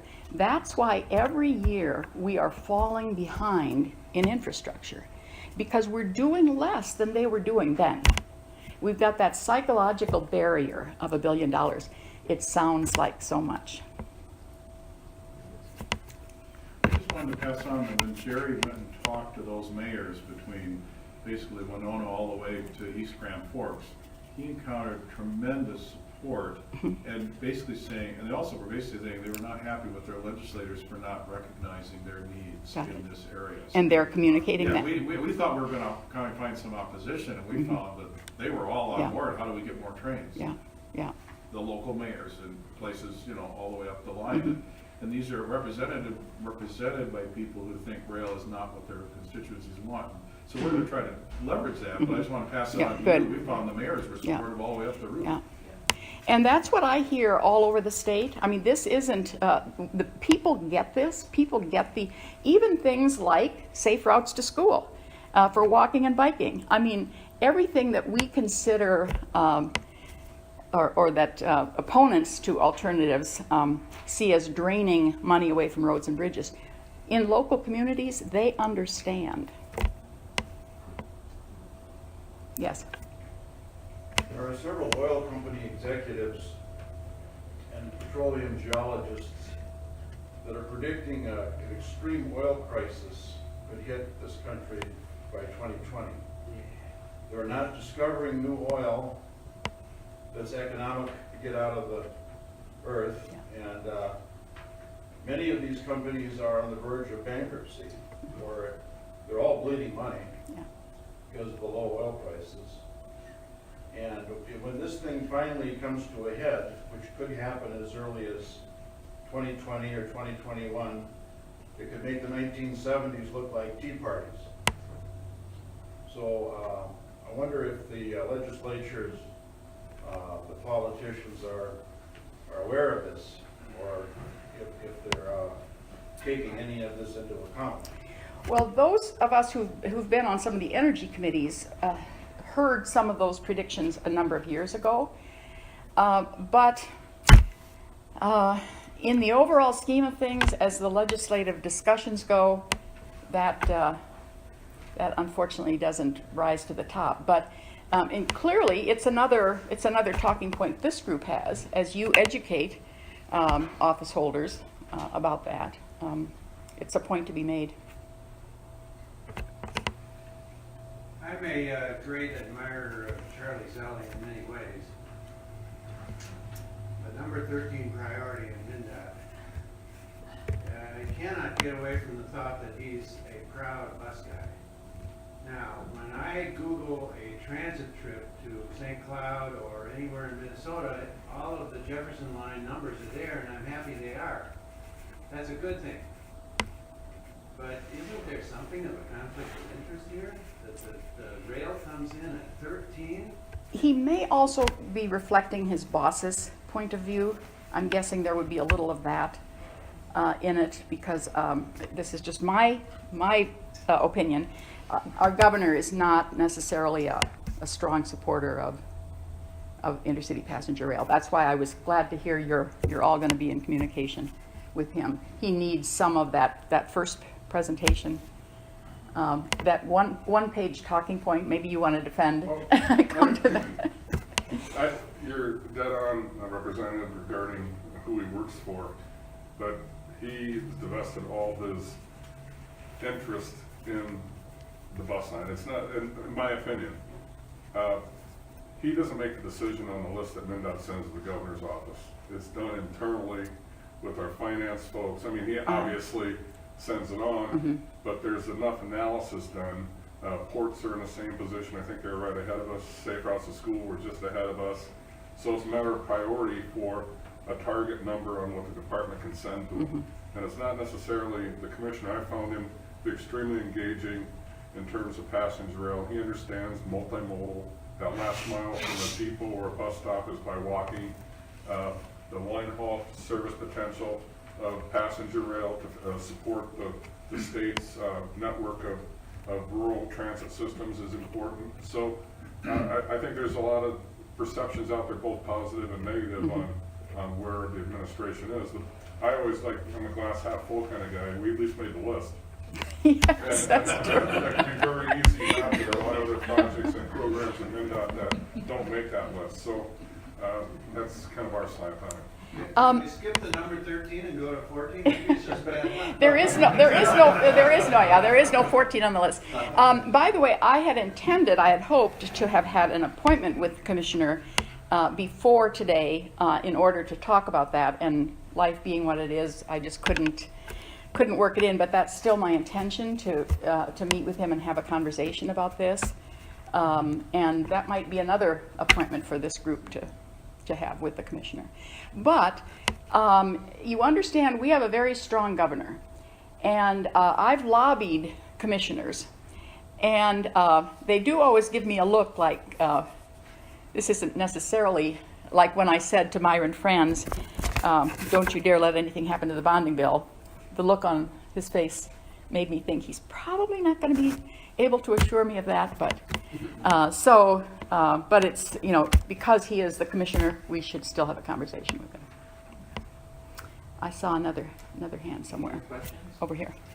I had a question. Do you think there's ever any merit in taking some of our Minnesota state legislatures that are anti-rail and taking them to places like Denver or other cities where mass transit works, and maybe open people's eyes up to what really is going on? Because I think sometimes people in elected positions, not everybody, but some of them just aren't really tuned in to what the real issues are. They don't have the foresight to really look ahead. And I often wonder, if something like that would ever be possible. Yeah, we've been talking about maybe taking them to Michigan, or I wish we could take them to Virginia, because that's a Republican state, and they just opened a new rail line and the train's filled up overnight. So. I think that's a great idea. Right now, Torkelson is the chair. I think he would be willing to go. I'm trying to think who's the Senate. Blanking on who the Senate Transportation Chair is. When Jean Reginius chaired Transportation Finance, she took us to Dallas. And Carol Molnow and Tom Workman at the time were on that committee. And I mean, it's amazing to be there, and you have the Dallas business community talking about this to us. There was a time when the senator from Texas wrote into a federal bill that Houston, which is where he represented, was not to spend one penny for rail and public mass transit. But it was the business community watching Dallas and saying at one point, Dallas is going to have us for lunch, when they saw what was happening and how it transformed the city of Dallas. So if you can manage that, I think that would be a great idea. You mentioned the importance of getting to businesses, and Ecolab is a big business.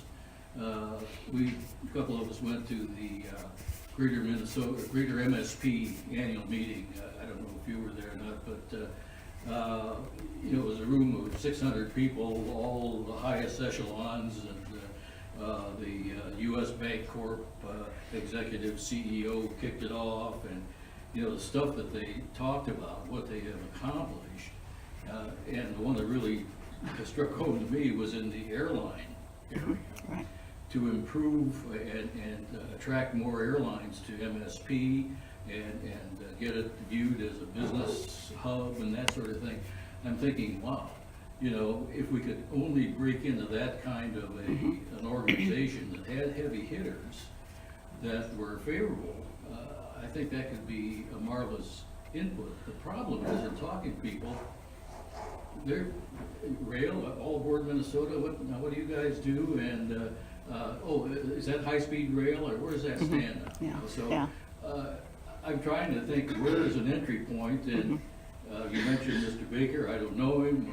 He doesn't know me. But where would be an entry point for that type of heavy hitter group that we could perhaps? It's disappointing to me to hear. I have been somewhat disappointed, just generally. I hope there's no one in the room from MSP. That was supposed to be a driving force that got our region together and sold us to groups like Amazon. For them not to have seen the transportation piece and transportation alternatives as an essential piece of this is disappointing. So they need some staff help there. Yes. We have Amazon in Wisconsin. They're having trouble getting people to their facility to work. The transportation is not there.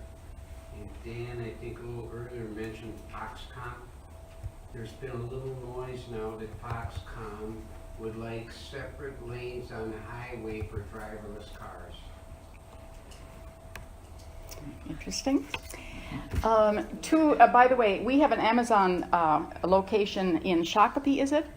And they can't get workers out there. Now, when you've got enough money, you do your own transportation. So they provide transportation, I think buses, as does Mayo, by the way. Now, that's a very inefficient way to do it. When Mayo has a bus coming to this small town and they're going to take the employees, other people who live in that town say, can we get on that bus too? Because we've got, well, no, this is just for Mayo employees. I mean, when we start doing that, it's an inefficient, ineffective way for delivery service. I have a feeling my time is up. Is that right? Thank you. Okay.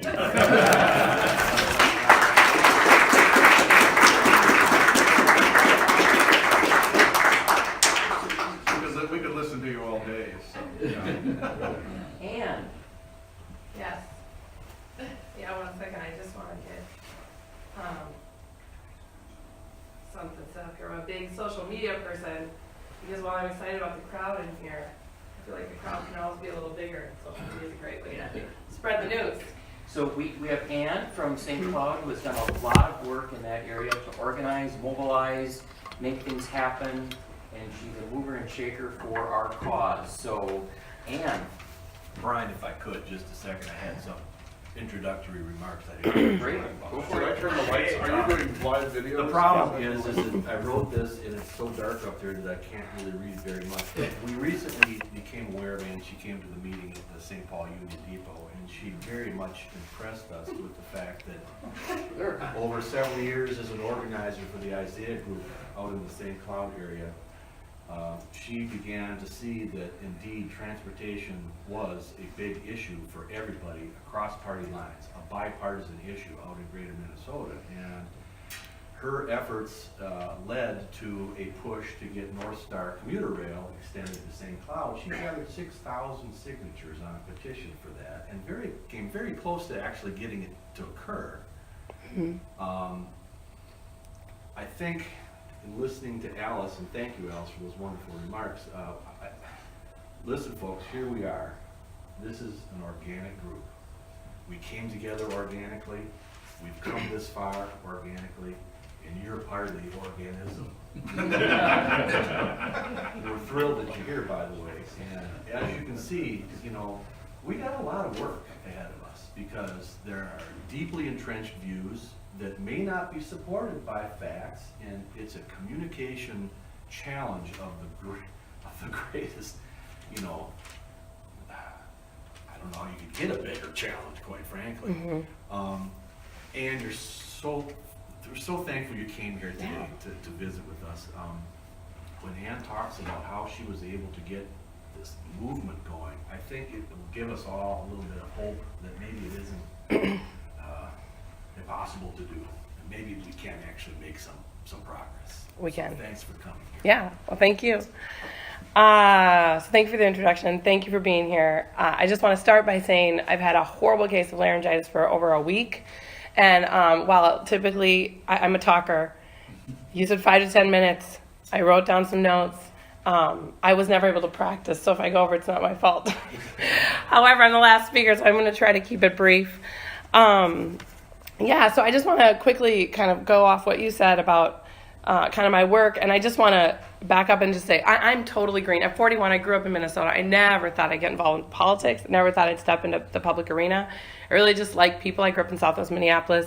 I now live in St. Joseph, Minnesota with my husband and my 4 children. I grew up using public transportation. My mom never had her license. My grandma's never had their licenses.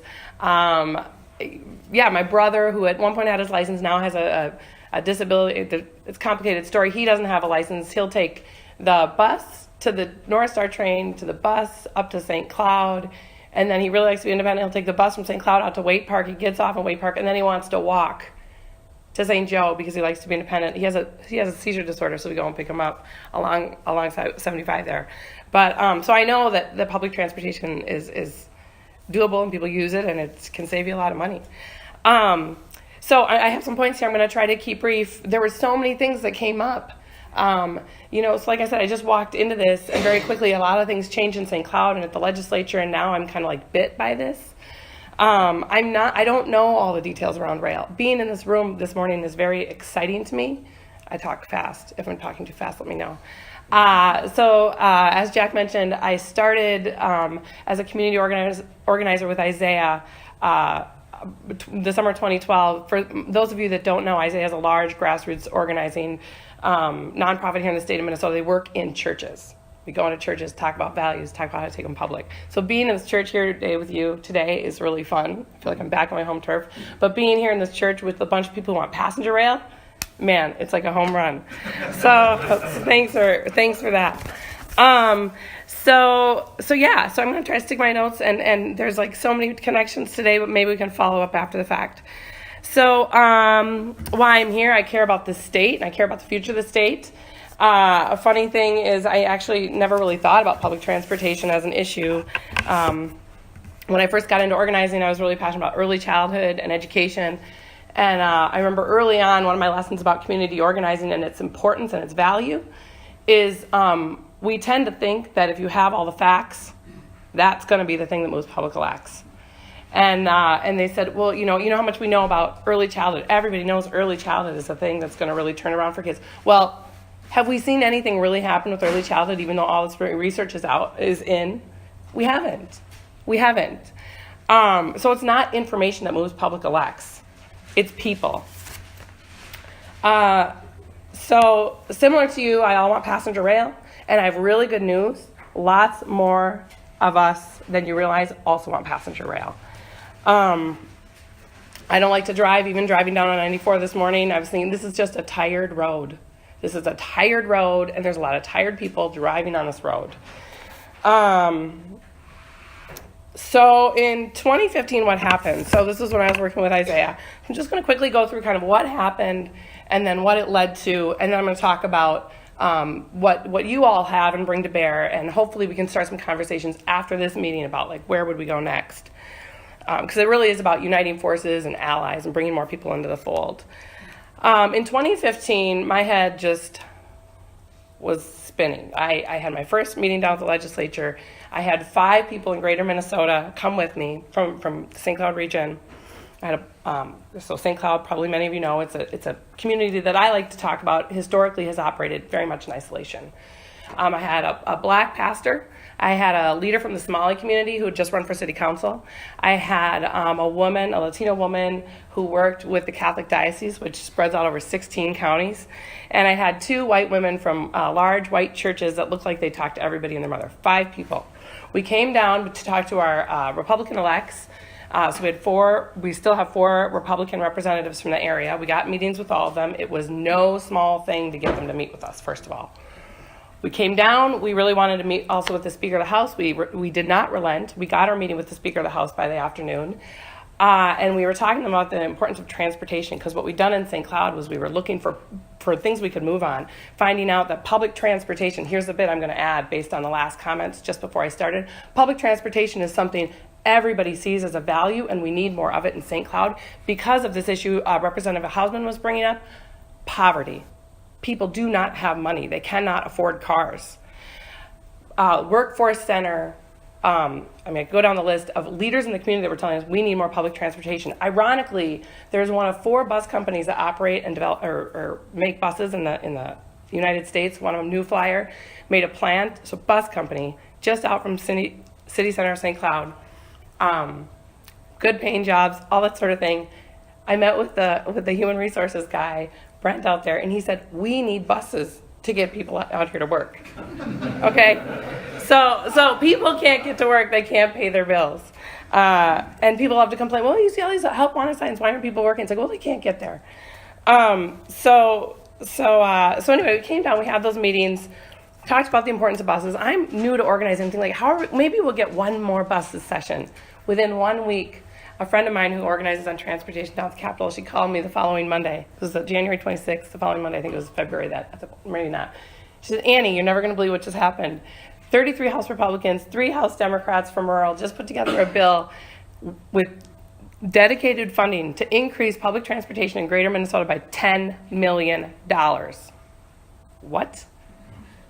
So then we're all like, what do we do now? Well, then things just quickly rolled. So then in February, BNSF announced they were going to drop this double set of rail between Becker and Big Lake that would open up this possibility to extend the North Star Rail. And let me tell you, people in St. Cloud, so I don't know how many of you are familiar with St. Cloud.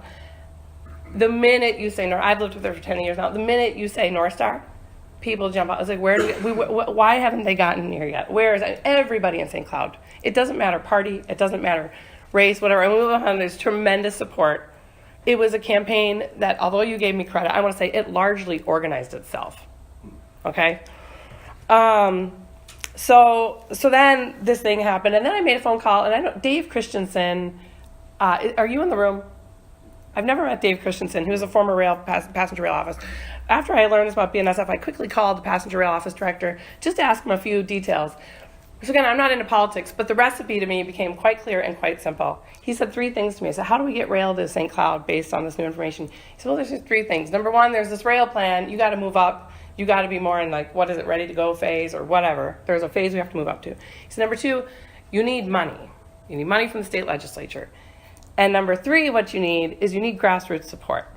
So they go, grassroots support, we can get that. The money, so all 4 of our elects, 3 of them sit on the Capital Investment Committee. It was bonding year. And Representative Jim Knobloch of St. Cloud is the chair of the Ways and Means. Maybe many of you know this. So he's an ex officiate on that committee. So there was that. There was the fact that the House had just won in 2014. The Republican House had just won, saying they were going to pass a transportation bill based on the needs of greater Minnesotans. Greater Minnesota, here we are. So we thought, put it in the transportation bill, put it in the capital bonding bill. The other thing was there was a surplus. And it sounded like the cost roughly at that point to extend the North Star was about $45 million. So we just got to work.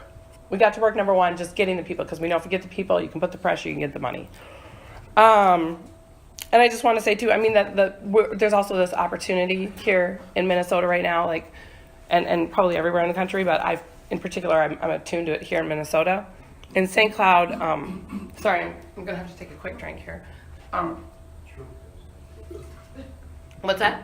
Trump does that. I know, well, I thought of that. I was like, maybe I should bring a cup, but here I am with my bottle. Where was I? So we got quickly organized around the grassroots support. So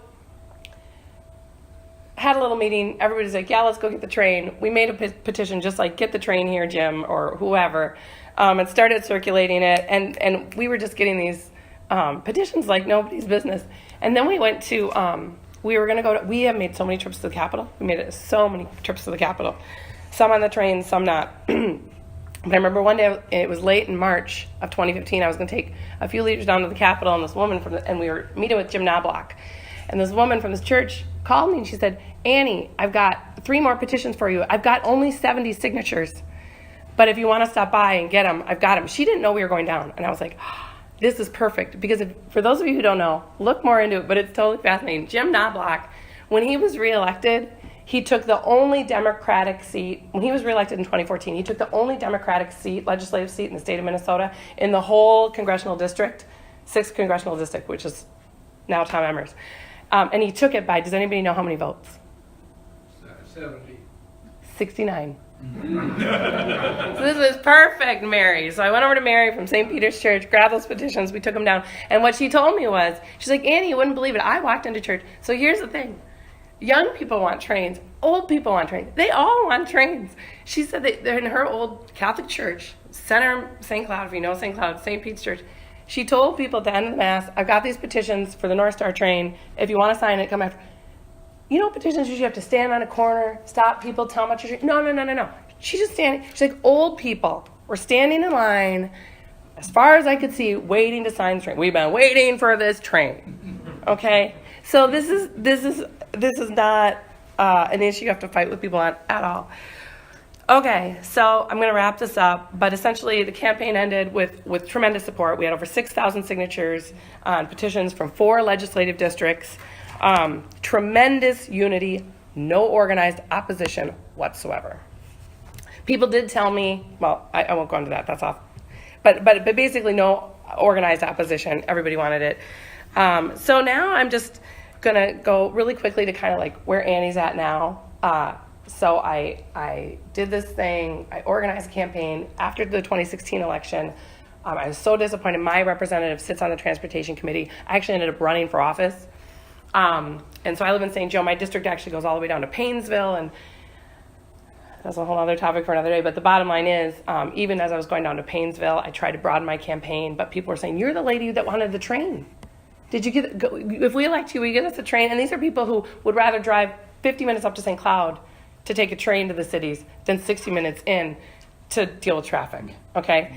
So it's an issue, again, it doesn't matter how far you go.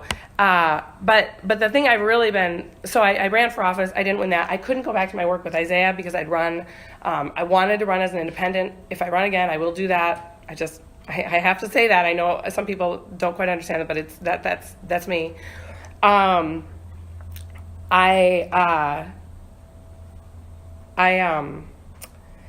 So I lost the election, I lost that. So this last year has been just kind of this, like, what's next, which is why I'm excited to be here, and I've been a few other places too talking about this issue. So when I think about Minnesota and I think about the state that Minnesota's in, I think about transportation. So there's this Republican idea about roads and bridges. Well, the fact is they're not raising the money for roads and bridges. You know, it's the most written about issue in our Constitution. Maybe many of you know that. Talking about roads and bridges, talking about funding for roads and bridges, and I believe, I've reflected on this a lot, I think the reason why it's the most written about issue in our state constitution is it's about connectivity. It's about the fact that we believe that we're better when we're connected. That we get better things out of when people can flow and get where they need to go and all these things. So if we're not serious about honoring that commitment to roads and bridges anymore, then the place I go is like, well, then what's the future of our connectivity? What does that look like? So I'm somebody who likes to go big and then you can negotiate down. But I will tell you, I mean, in conversations I've had with people, I've even been like, maybe what we really need to do if we want to fight for passenger rail is we need to talk about rewriting the state constitution. We're taking money out of the general fund now, right? I'm saying fundamentally, what's going on here? Fundamentally, what's going on here? That's what I'm asking. People are like, hey, you can never rewrite something. It's like, fine, we don't have to rewrite it. But let's figure out a way to fund transportation so it actually works, and we're not here going like, how are we going to do it? So we met with all these legislators, and after the fact this last spring, we also met with Representative Torkelson, the new transportation chair down in New Ulm. People said, you can't get a meeting with him. He's out of your district. He'll never meet. No, he met with us because he knows we're serious about transportation. Now he's the chair. The thing he told us right away is he said, I've already said the transportation bill I make, nobody's going to be happy. I'm like, what the heck is that about? Nobody's going to be happy? How much do we spend in the state of Minnesota? $2 billion a year on transportation. Nobody's going to be happy? Okay, done. I want a different state. I want a state. So for me, no one happy. That's not gonna. What if our state legislature could actually do something meaningful, right? Where do I go next? What if we could create meaningful, constructive change? Like think outside the box. So for me, it's not about people's happiness. It's actually just about getting people excited about what can happen in the public arena. okay? It's about renewing our faith in the arena. It's about renewing our faith in what we can achieve when we work together. So like in St. Cloud, there's a lot of unity. That unity is still there, by the way. It's just bubbling. It's like waiting for like, what are we going to do next? Finger in the air. Because this train kind of fell, but it's like, no, it's still there. People are still going, when are we going to get the train up here?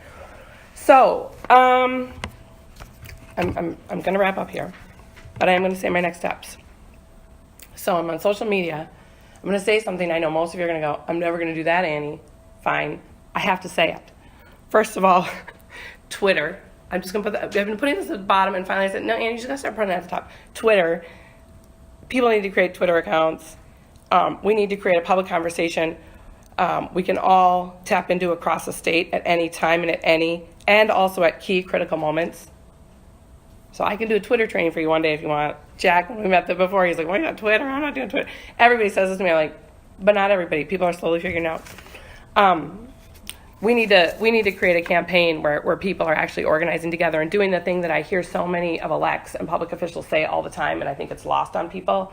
Like Dan Crum, you said it at the meeting at the Union Depot. You said, people, you need to put pressure on your legislature. How do we get these things we want? Put pressure. We have to get more people. You have to put more pressure on them. Alice, you said it, or Representative Hausman, you said it as well, right? You need to talk to people and get more people talking about this. But it's not just Twitter. So papers and flyers are not really important. I'm so tired anymore. I'm going to meetings where there's lots of paper and flyers. And I actually have to say, you guys do a nice job of keeping it simple, right? So I do have a piece of paper here. My notes are on one side. On the other side is the Go Greater Minnesota petition that I've started. I do have on there, this is an important paper. You know why? It can represent that there's people behind you. This is what you want. You don't want a bunch of information, you want people. You want to be able to demonstrate when you go into the legislature. I talked to 70 people in your district in Knobloch, or whoever it is, right? I'm talking. People are talking. There's something we want, and we're looking to see if you're going to get it for us. So I can get more of these if people want them. So people want this. It's not complicated. It doesn't need an explanation. I think so we could talk about what's on the petition.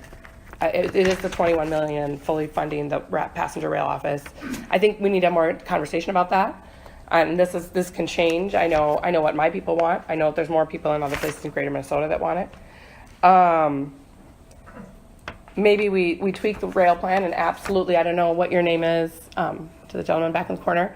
13 is unlucky for all sorts of reasons, right? We need to move that up and get transportation and the conversation around it to be something that gets people excited.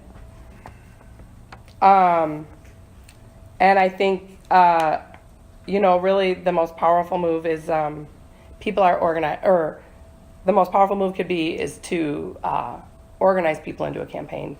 And I'd also be really interested in talking about your trip, along the corridor, and you're saying, you're talking to a lot of people. It's like, well, where are the grassroots people? Are they in the churches, or in the, that we could get kind of starting to talk or writing letters in the local papers around rail.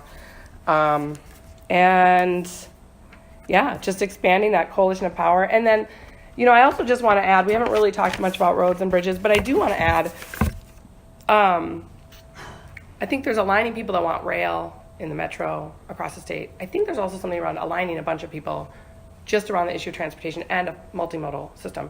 And to just give you a tidbit of something that happened recently, so I'm still thinking about, running for office again and what that could look like. Let me just say, you don't make money running for office. But I'm going to do everything in my power to hopefully do that again. Governor Dayton had a town hall in St. Cloud recently about water quality, and I thought, well, I know I've gotten so much about transportation, I got to start putting some other issues. Water's a big deal. So I show up to this thing. First guy I meet is a commissioner from Pope County. He's been at the county level for a long time, commissioner for a long time. He doesn't know who I am, has no clue. So I just ask him, I say, so tell me about Pope County. Tell me about the water issues in Pope County. Tell me about the issues in Pope County. He looked at me and he goes, well, he said, we used to all fight. I said, really? I said, who fought? He said, well, we used to all fight. The lake homeowners and the farmers used to fight about water. I said, oh. He said, we don't fight anymore. We agree. I said, what do you agree on? He said that the state legislature needs to raise the gas tax and do roads. So I'm like, okay, to your point, whoever it was, out in greater Minnesota, there's a lot of, I think, I just think there's a lot of agreement, a lot of consensus around this issue of transportation. We've got to get on it. We've got to move on it. We've got to do it, because the fact of the matter is everybody uses transportation every single day. We use it every single day, and it's so costly. And I would love to get whoever it was giving the numbers. Somebody, where was it? You gave the number. You gave all this. I know. I was like, I had to have a meeting with you. So I am really excited. I mean, that's kind of it. I don't know if anybody has any questions. I'm also organizing. I'd love to set up a nonprofit. I'm trying to organize a nonprofit. I'm taking. I'm trying to get people to fund me to have a nonprofit in St. Cloud developed in a year from now. And for now, just funding so I can continue to organize around rail as much as I can. I have a day job now in education. But this is really something I'm passionate about, and I feel like there's a pretty unique opportunity for us. So, one of the things that you mentioned when we had lunch together after the St. Paul is that you said something about the narrative, how Republicans have taken the narrative, and that we need to somehow do a little paradigm shift to shift the narrative and more supportive of this types of transportation alternatives that you're talking about. And I thought that was very intriguing. And that's almost something that we could work on as a whole group. What should the narrative be? You know? Yeah, that's a great question. So I do think transportation in the state of Minnesota, it has become a narrative fight. It's not connected, and when I say that, I mean I say that in large part just the no rail. And if you look, I mean it's actually quite frustrating to me, but I know where we need to go to create something different. Like the Republicans are anti-rail. If you look at their lit material, no light rail. Consequently, if you look at Ken Martin's statement for the Democratic, rail's not on there at all. We need to do transportation to roads. So I think it's so politically potent now because of this fact that it's a narrative fight. What I think needs to happen for people to start to change it is we need to start having the conversation about what is the transportation system we want. And transportation is such an easy conversation to talk to people about. I mean, I think many people are really frustrated and don't know how to have conversations about anything political, and we tend to shy away. But we actually need to have those conversations. They have to be about real issues. They have to be about issues that have meaning for us. And I just think transportation is such a great one because it's so easy. So many people have been to Europe now. I lived in Denmark for 4 years, so I'm totally aware. They have the same population as us. Their transportation system's incredible. You know, they got ferries, they got underground metro, they got trains, they got this. I mean, like, we can do all these things. So to really put it in light, if we can do a bunch of stuff now, what's the thing we want? And then I also have to say, at one point, we were just doing a little bit of door knocking around this campaign, around the area that would be affected if the train came in. And I had this guy out doing his lawn, total Republican, conservative. I don't know if he had a line sign up or what, but something tipped me off right away. And then his neighbor was out in his yard too. And so I said, what do you think about the train?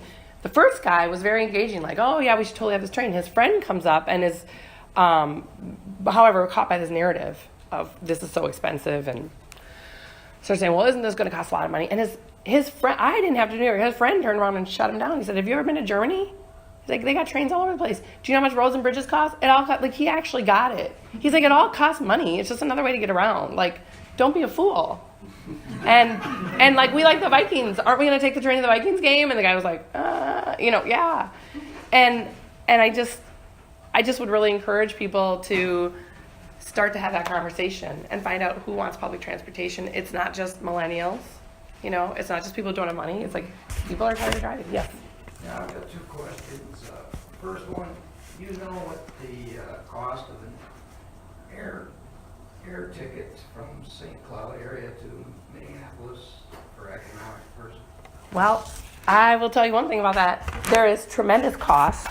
And I don't know if you're how familiar you are with this issue. I'm assuming somewhat since you asked the question. But one of the things that happened over the course of our campaign, which lasted the better part of 2 years plus, is the greater. So we have a Chamber of Commerce in St. Cloud, and then we have this other thing that's organized business, Greater St. Cloud Development Corporation. And they're really kind of organized and progressively thinking about the area. They organized a lot to get the airport up there. And the airport got running just shortly before our North Star campaign.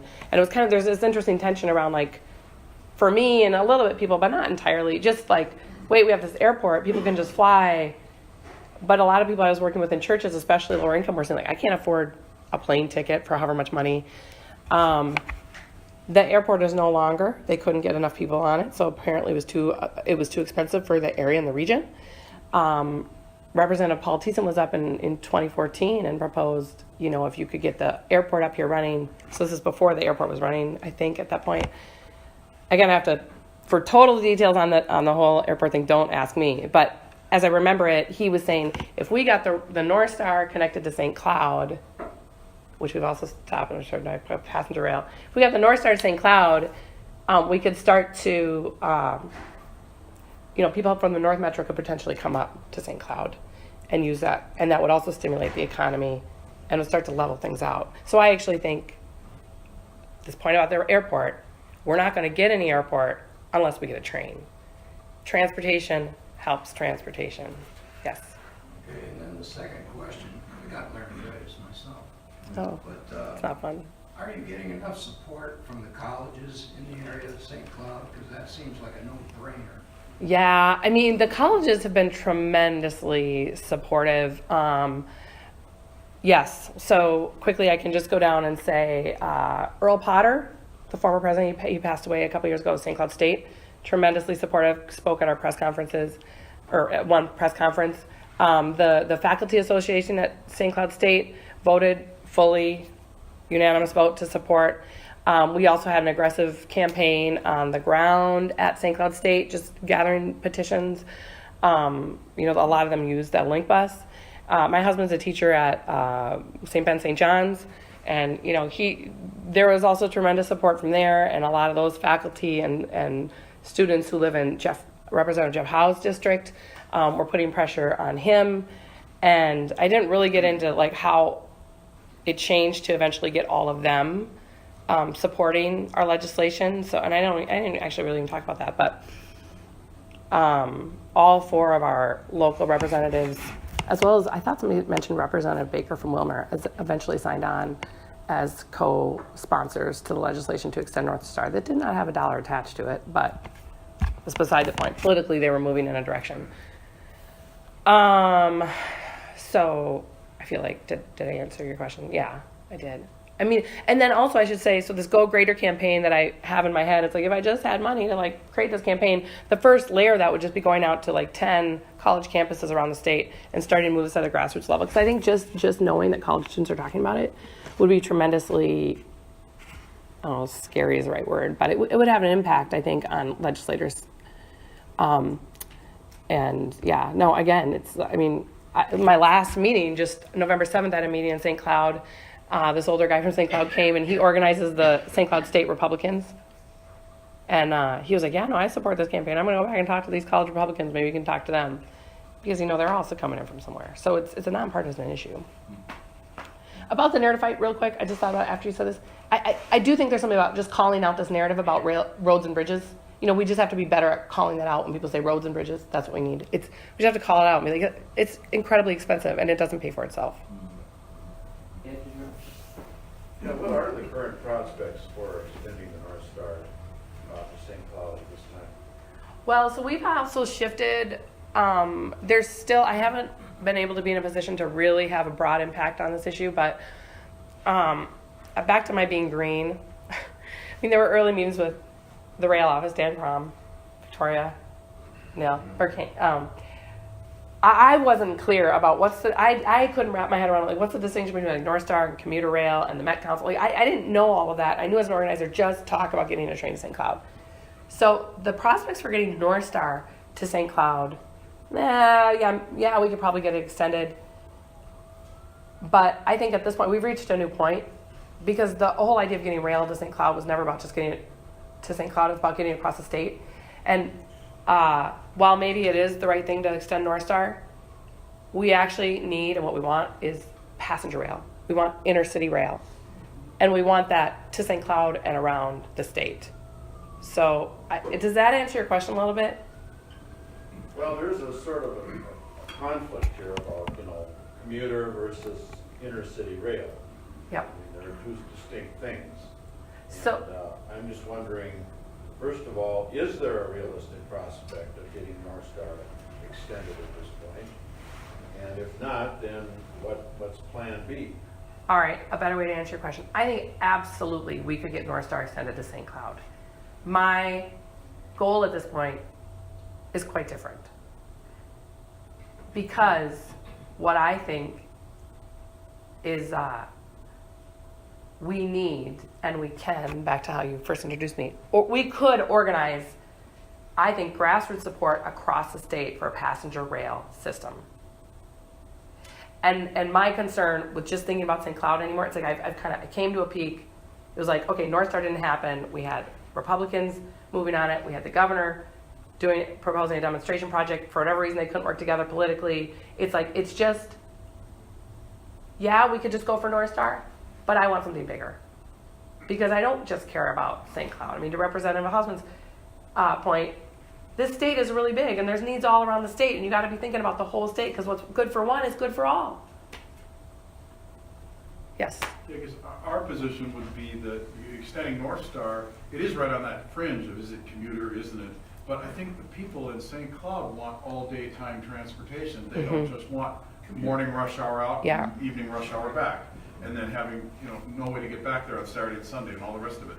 So a train going to Fargo, where if you go to St. Cloud and to Fargo, now you've got critical mass to support a train. And historically, if there were separate trains, they always originated in Fargo or Grand Forks because then they had critical mass. And so I think that's what we're really pushing for is intercity rail, because it would provide that comprehensive 7-day, 16-hour day, some kind of couple time trains a day service. Let's say 3 trains each way a day service during the 8, noon, and 5 kind of thing. So.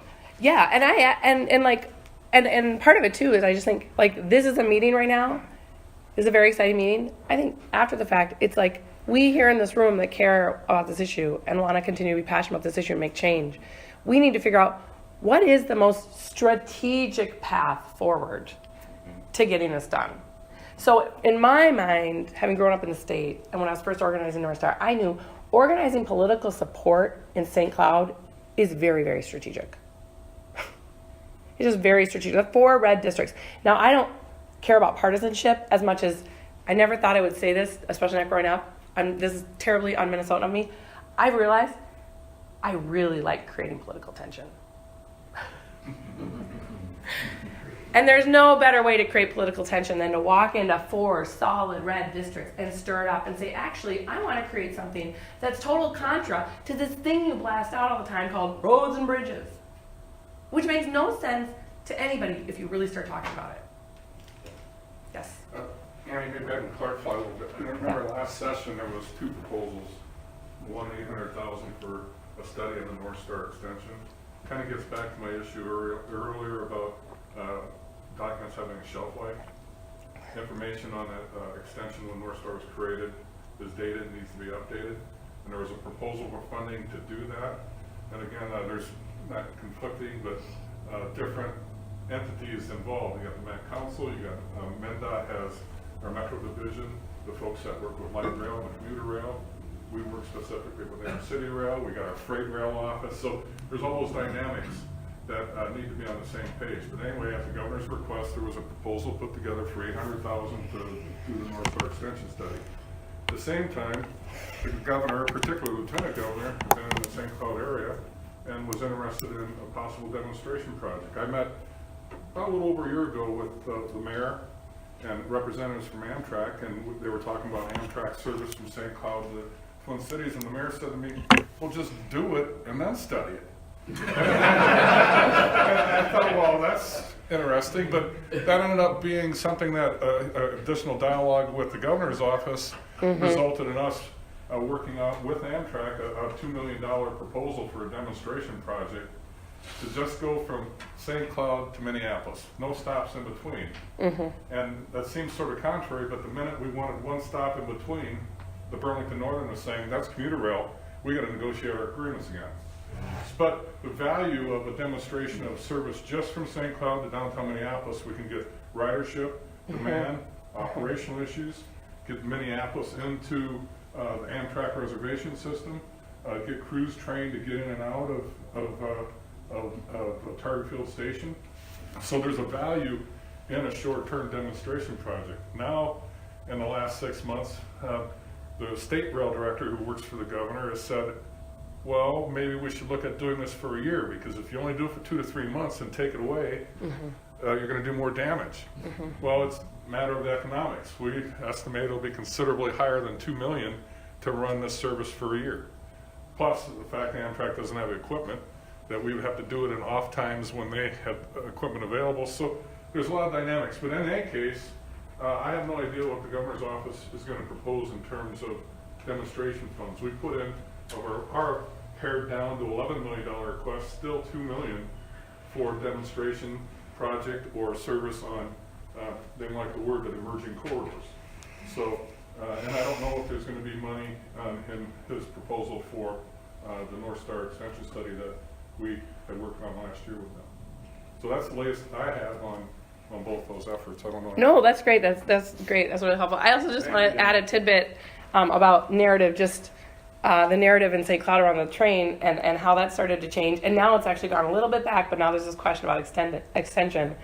And there have been a few articles about that, and it's like all the politicians are just kind of like, oh, maybe, maybe not. But the narrative in St. Cloud is always, we've got, and there's a county commissioner, Lee Lensmeyer, who was the chair of the rail corridor, and the narrative that was put to us before even BNSF laid these tracks and then after for a bit was, well, you got to get ridership up to Big Lake. Once you get ridership up from Big Lake to St. Cloud on the Link bus, then you have your argument for extending the train. And to us, it never really made sense, because it's like, well, how do you get ridership up on a bus? It's like there's 10,000 people that live in Big Lake, and there's 160,000 people that live in the greater St. Cloud area, and it's like that ridership just isn't going to go up until it gets a little bit easier. Once it gets a little bit easier, you can imagine more people would go on there. But anyway, so we were always saying, like it was always this question, like, isn't it? Shoot, now I'm kind of losing here, but it's a catch-22, right? To say we got to get ridership up before we extend it. Well, there was a League of Women Voters forum at one point on the North Star due to our campaign at the Public Library in St. Cloud, and Commissioner Lensmeyer was there and fielded this question somebody asked about, isn't it a catch-22 to say, because that was his line all the time, was like, you got to get ridership up, you got to get ridership up. Isn't it a catch-22? And he chuckled and he goes, actually, you're right. You would just have to extend it, and then ridership would go up. How are you going to extend ridership when it ends in a cornfield? Right. No. It's absolutely true. So, I mean, I just think back to the narrative of, like, people want it, build it and see what happens. All right. Thank you, Annie. Very I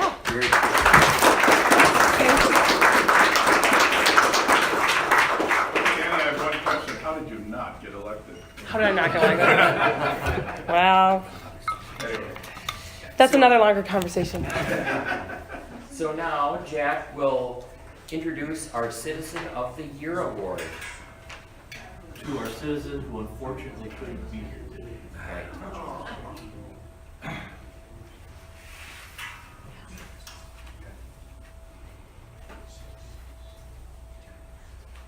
We know a very kind, gentle lady who lives down in Winona. You'd never know by looking at her that she's a dynamo, a firebrand, an energizer buddy that just won't quit. This is somebody that is doggedly determined to get better Amtrak service for her town of Winona. She understands it, she gets it, she thinks the second train has got to happen, and as a result of her efforts, the mayor of Winona knows all about Amtrak service and how important it is to Winona. The Chamber of Commerce knows all about Amtrak and how another additional service would mean big economic benefits for Winona. The Visitor Tourism Bureaus, all on board. They can't wait for the second train. Amtrak knows about their decisions regarding station agents and staffing is an issue. It's an important issue for the community. Amtrak knows that because of this nice lady. I could go on, and superlatives just really wouldn't do it justice. We invited Leon to be with us today. She's getting up in years, and she has some health issues, and she couldn't make it, unfortunately. I would just like to present this trophy to her in absentia. This is going to be on the internet, right? And I'm sorry she couldn't be here, and I think she's been to our annual meetings before. She's very quiet, soft-spoken. You would never know how enthusiastic and persistent she has been. The president of Winona State meets with her one-on-one. He understands. It was through her that we were able to get the survey through Winona State about surveying the students of what would, a better Amtrak service mean for you, and it was very successful. I mean, they want it. So in recognition of outstanding effort to support expanded passenger rail service in Minnesota, All Aboard Minnesota honors Leon Moshiki as our 2017 Citizen of the Year. We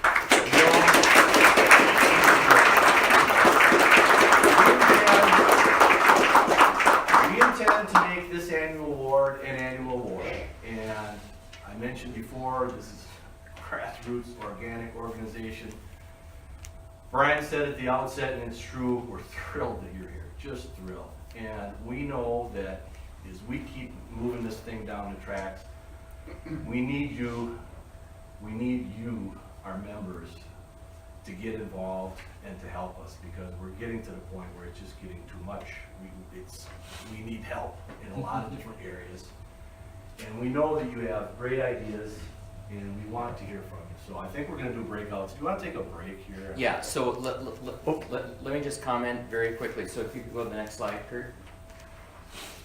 So what we started in the spring was forming some committees, and we had some initial meetings then.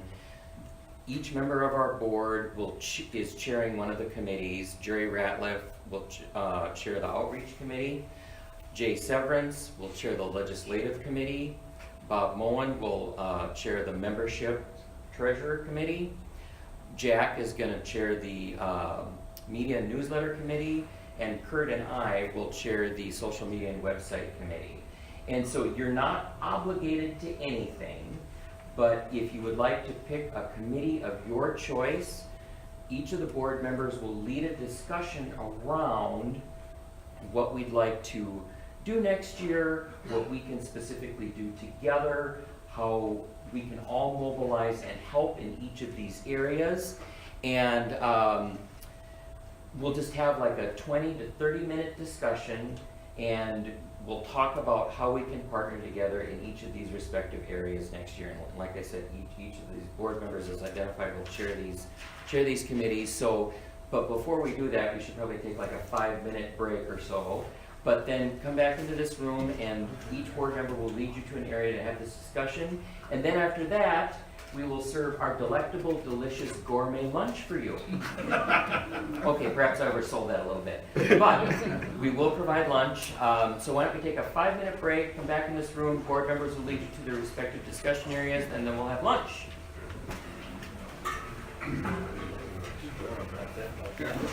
Jack.